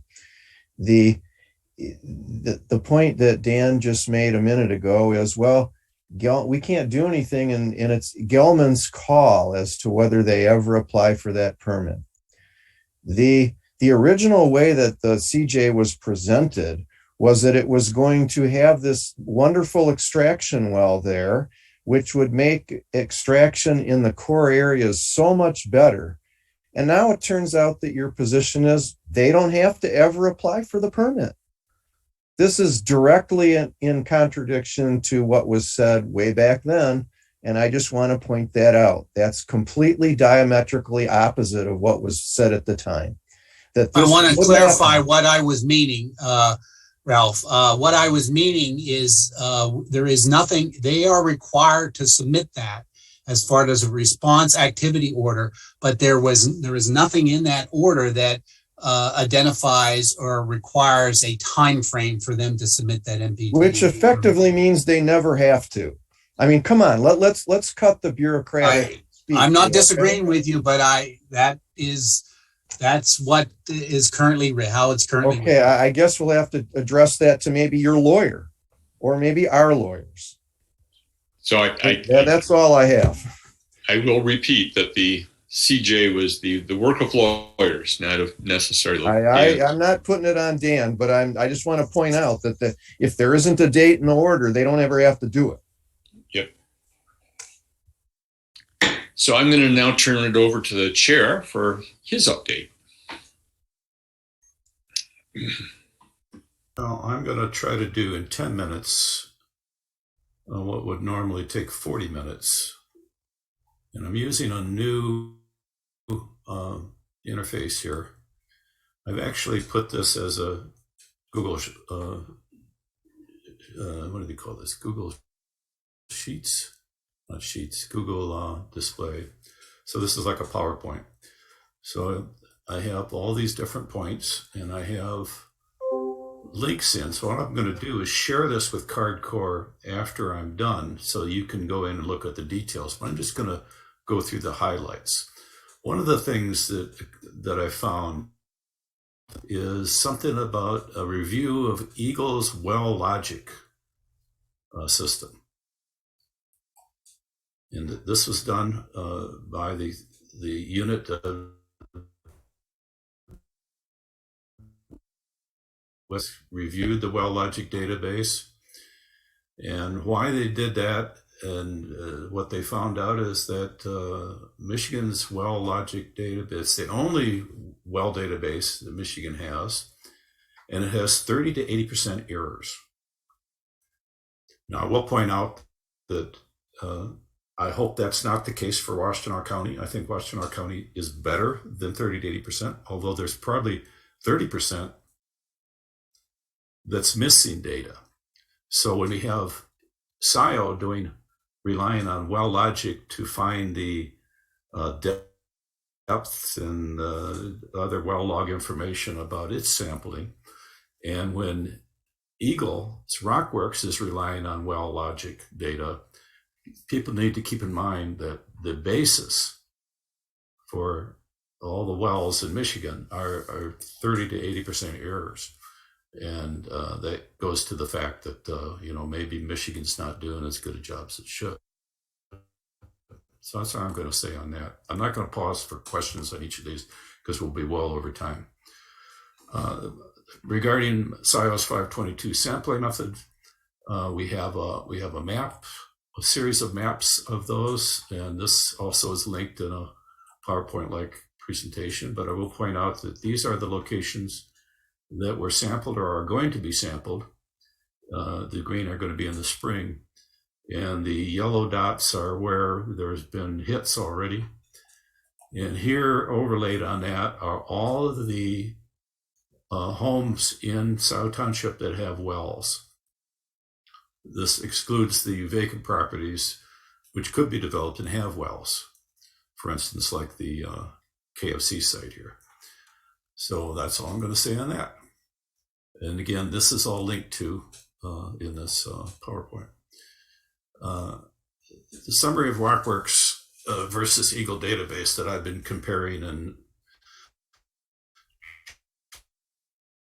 trying to use the latest of the missing well log and XY data, but not all. There's still some information that's missing from both the Rockworks and the Eagle official database. I want to just say something about how the secret sampling at the Marshy area and how that was, nobody can reveal anything about what those samples were because it's covered under the confidentiality agreement. And yet, I got to go back a minute to the SIO thing. Dan, this is a format for inputting SIO's data, which I passed along to the officials at Scioto Township and filled it out for them. So this is the same input format that Gelman uses for their input to the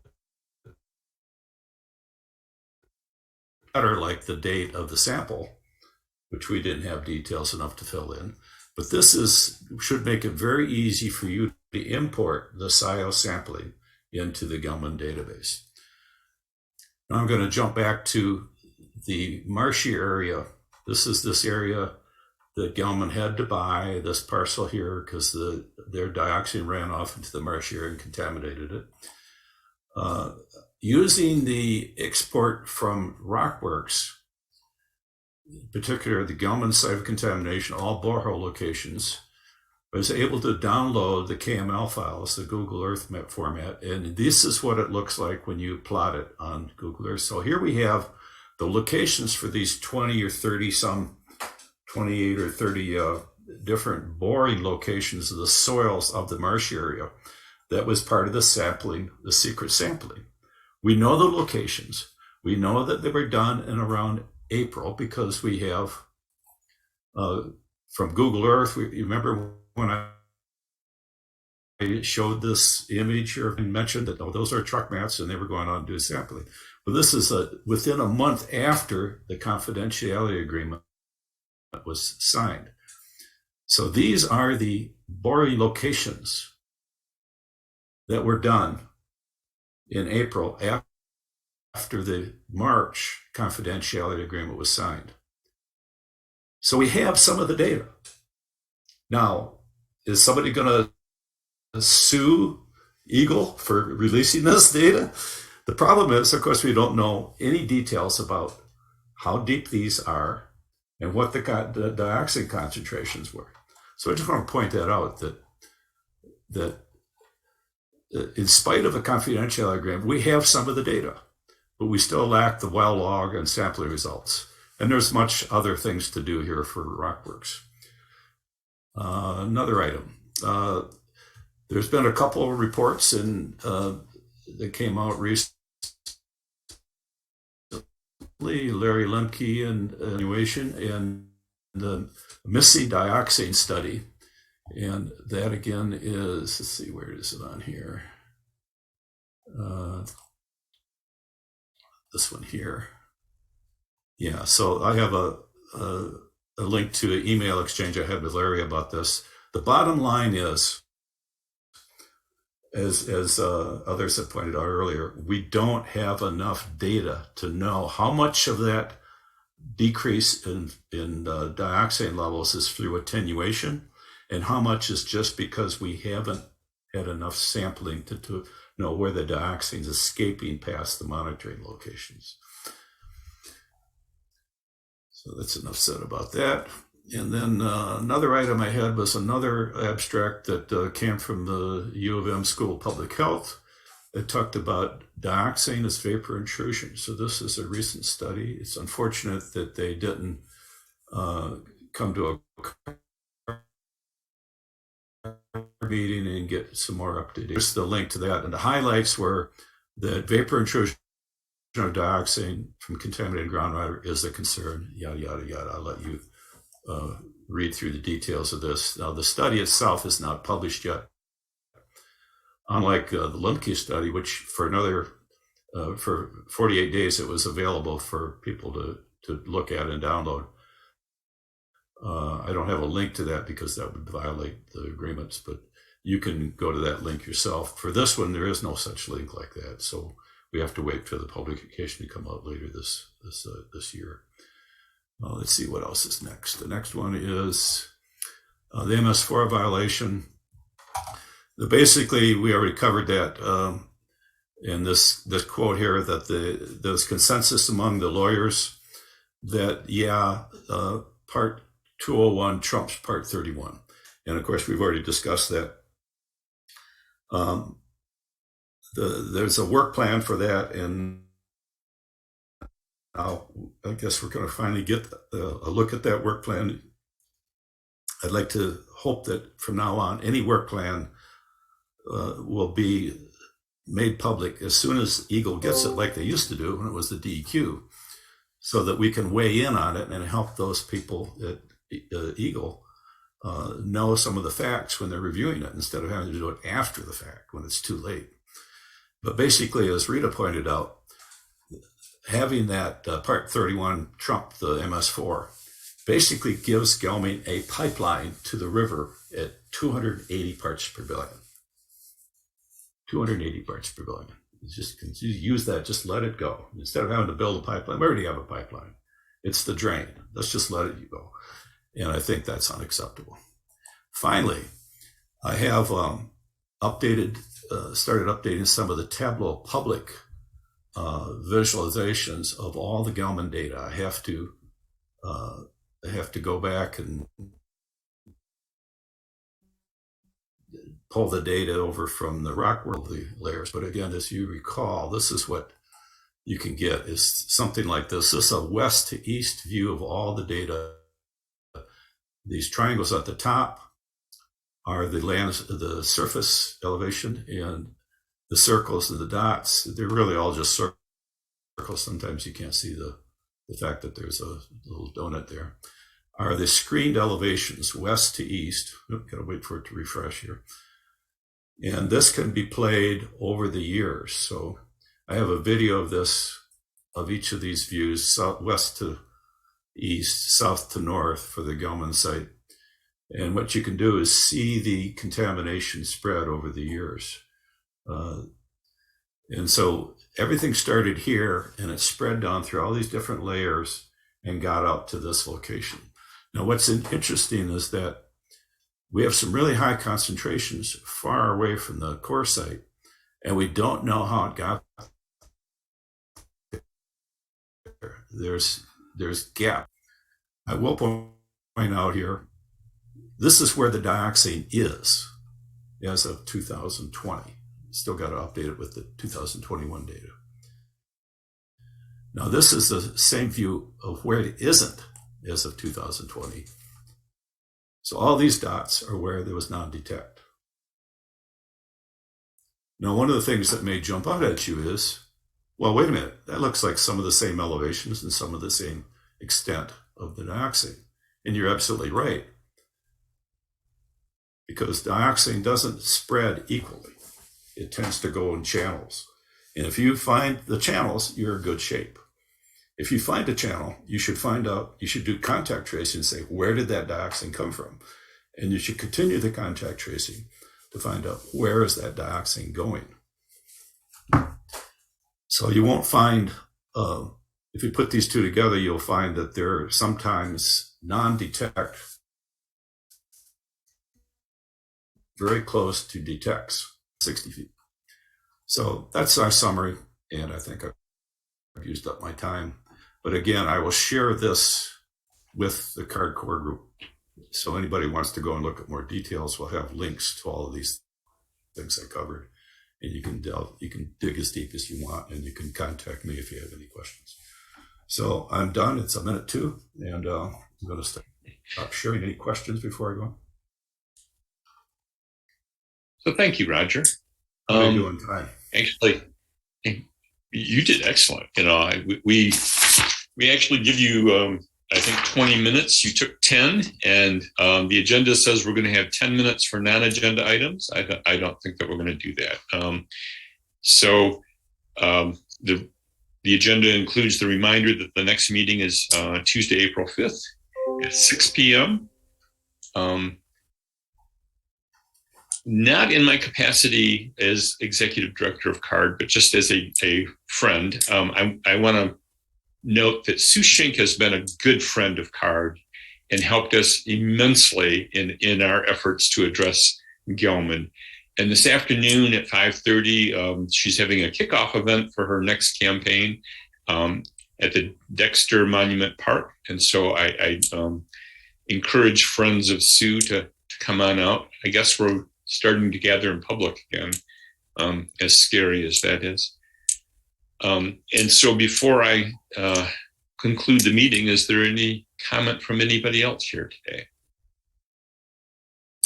And I want to thank everybody who attended and participated. I think this was a good, productive meeting. That's it.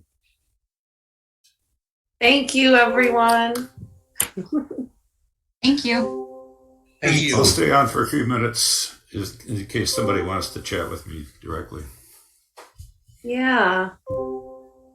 No, that would be great. Some people ask for that map of SIO, Roger. So if you could send me that or send it to all of CARD Core, that would be great. It'd be okay if you send the link. I just didn't have time to show it. It'd be okay if you stop recording too. Yeah. And I was going to introduce, we had a journalist join us from Eastern. I was going to introduce him. We will next month. Who is that? Let me see, what's his name? Dominic Michaela? You must be on now. A journalism, yeah. Thanks, everyone. Thank you. Recording stopped.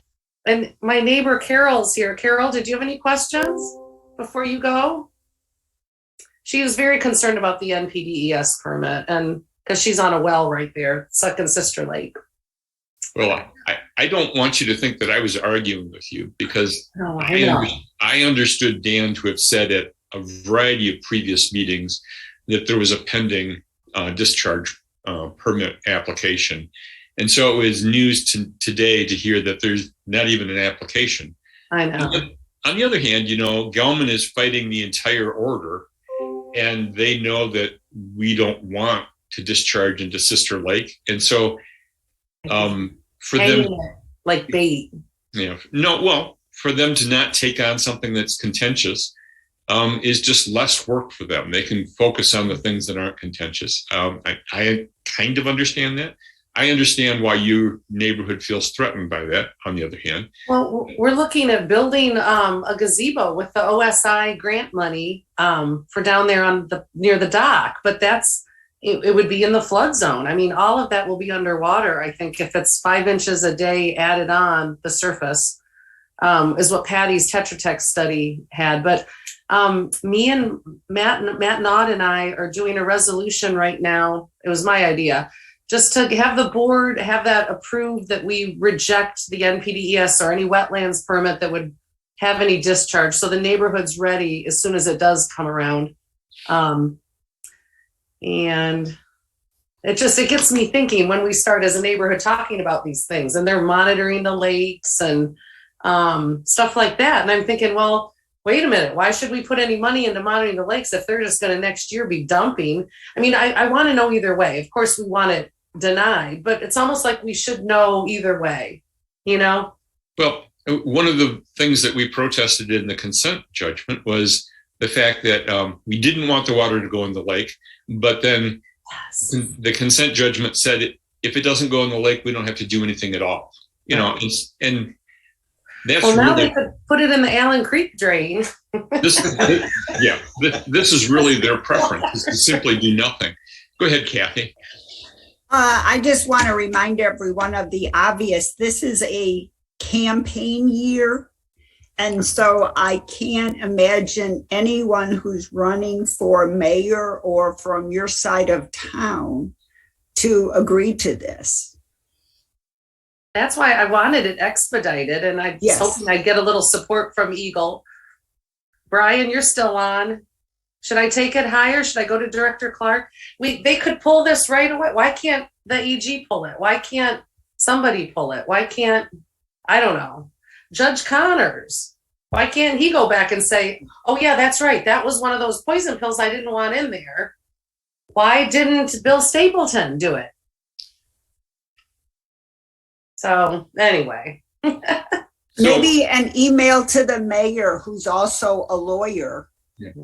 Just so you know, while the appeal is pending, the judge is powerless to do anything with regard to the order they entered. So, you know, this is why. Hey guys, I'm sorry. I just walked back in. I was out in the hallway. I didn't know the meeting was all over. Sorry. Over. Bye, Brian. So I'm going to jump out of here now. Okay. Bye. I didn't care if he heard. You know, I have nothing to hide. That's when. Yeah. I mean, I'll tell everybody all my business. I stepped out too, and I'm back, and so I didn't know the meeting was over either. And so anyway, hope you have guys. Let's have a great day. So thank you, Sue. Before you go, Sue, I just wanted to know, while you were gone, we said nice things about you. So. Thank you. It's always scary. I got a phone call that I had to take. And so I just walked away. If I was in the room, you'd always know, right? But here we were just like, eh. So, well, are we going to get free ice cream tonight? That's what I want to know from the dairy. Punchkis, not free ice cream, but punchkis. We have I may be 60, so everybody's gonna get a blood sugar overdose and then go home. Hopefully you'll have dinner soon after that. So I'm selling them at Costco. I've never seen that before.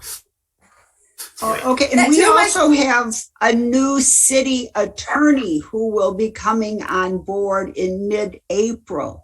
So there are opportunities that we need to be prepared for. Yeah.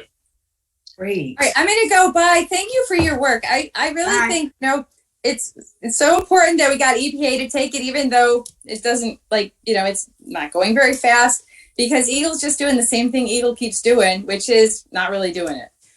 Yeah. So thank you for Jack. You're doing great. So thank you all for your work, and we'll catch up soon, maybe even today. Yeah. Maybe so. Thanks. All right. Thanks so much for all you do. Thank you. Bye. I got one more thing that I didn't have time to cover. And I need to share my screen here to show something. Screen 2.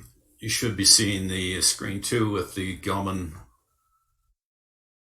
with the Google Earth mashup. Not yet. Oh, there. So these are the pipelines, and horizontal wells are shown in red, and the transmission pipeline. So this is the pipeline that Gelman put in an expense, like tuned water from Evergreen back to the core for treatment. And of course, the transmission, the horizontal well broke, and they had to use the horizontal well pipes for the transmission pipeline ever since. But it's interesting that the Rockworks modeling for this has these elevations of these two segments reversed. That's how accurate some of the Rockworks data is like they got the north and south mixed up. Well, they did I can on see why they did it. the expert report too, when he described, he said the east of Wagner, and he really meant west of Wagner. And there's all kinds of things like that. So it's really important that we have knowledgeable citizens to fact check some of the information, because disinformation, misinformation, whether intentional or unintentional, hurts. And you have to spend a lot more time pulling back disinformation and misinformation than if it was just presented accurately in the first place. I think it worked well today when I jumped in and corrected some things shortly after they were mentioned. Does anybody else think that's a good way to do it from now on, rather than waiting till the end? Or I do. I thought the meeting went especially well today. Yeah, you did a great job, Jack. I was kind of hoping for an hour and a half, but I always do that, and it never was an hour and a half. I got to call on the hands that are raised, so I don't have that much control over the clock, but I think we got the points out that we needed to discuss, Right, and I got my points in a form that people can follow up on. Yep. I mentioned it, and then they have the reference to it, so they can go back and follow the links. So. And I wasn't going to ask Hart for advice on my resolution. I'm trying to do it all on my own. So I'll share it with you guys once we pass it. It's tailored more to maybe the Sister Lakes than like I'm maybe before you pass it, share the draft, and we might be able to. We are to the whole neighborhood and the broader community, because I want to know where everybody is again too. Like if there's maybe they're all for it. I don't know. I thought we weren't aboard 2.5 years ago. We are now. So I wanted to just feel out the board members. Well, and we are. It's important. Democracy is hard. We are all Ukraine right now. We are all Sister Lakes Association. So earlier in the week, I asked Beth whether she passed along the polluter's letter to Pratt to pass it along to Dan Bicknell. Do you know if he got that? No, I never got that request from you, Jack. I thought we chatted. Okay. I think he may have gotten that letter, Jack. Dan and I had some conversations about how to move the issue. In fact, the whole thing, he and I talked about whether we needed to pin down the question whether the AG had actually signed off on this interpretation of the MS4 permit.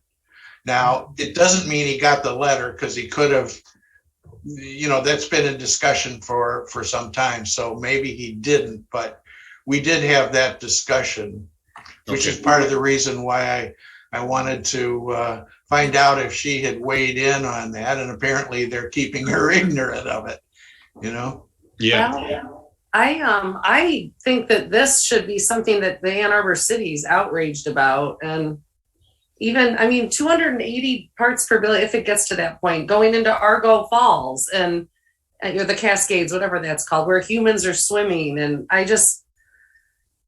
we weren't allowed to take showers in the dioxane water in our neighborhood. Here's for perspective. that used to be 2,800, 10 Yeah. times higher. Right. So the people on the other side are going to say, well, what are you complaining about? It's only 10% of what was there before. I know. I think of that too when I think of my neighbor that I just said was 1,800. Were they drinking that? Like, that's just crazy to me. Well, you know, and you're really not going to be drinking that, but the vapor intrusion will be an issue. You know, now that we're having some papers on vapor intrusion start to show up, even though they're not as accurate as they could be. How do we get a different method of testing than the water in the sump pumps? I still don't understand that. In that new report? Well, I didn't get to read the report yet, but how the city's just testing sump pump water. Well, you don't have access to it. I have access that I can't share to it, and it's very, very detailed. And it goes, you know, right over your head. Right. But yeah, the Bob Bailey stuff. Method look like, you know. Yeah. So there's a lot to come on that, and I don't know if it can come soon enough. That's the issue. Right. Hopefully, anyway, EPA will jump in. Well, as long as we're waiting in EPA, all we've got is time, and they, you know, quite similar to Eagle, they don't seem to hurry. So we've got time. We just have to keep our eye on the mission. And I like the time. Yep. You know, because Diane asked if I have anything to share it with her. Because she said, you mean there's things that Eagle's not telling us? My answer is, yeah. By the way, did anybody listen to the environment report this morning on Michigan radio? No. It's 8:45 or thereabouts. Go listen to it. It's talking about water in Michigan, how Michigan's kind of dropped the ball on. It talks about water withdrawal. And it talked about mostly like Nestle bottling water. Yeah. But it actually expanded on that to talk about any withdrawals, that there's going to have to be more regulation of water withdrawals. And I think that would include for treating, purging and treating. And it also will include withdrawing water to make concrete for roads. We're going to have a big amount of road expansion in, repair with the infrastructure bill and things, and it takes a lot of water to make concrete. So, stay tuned. Gotta go. Yeah, Okay. me too. Thanks, you guys. Thanks for everything. I know. Good job.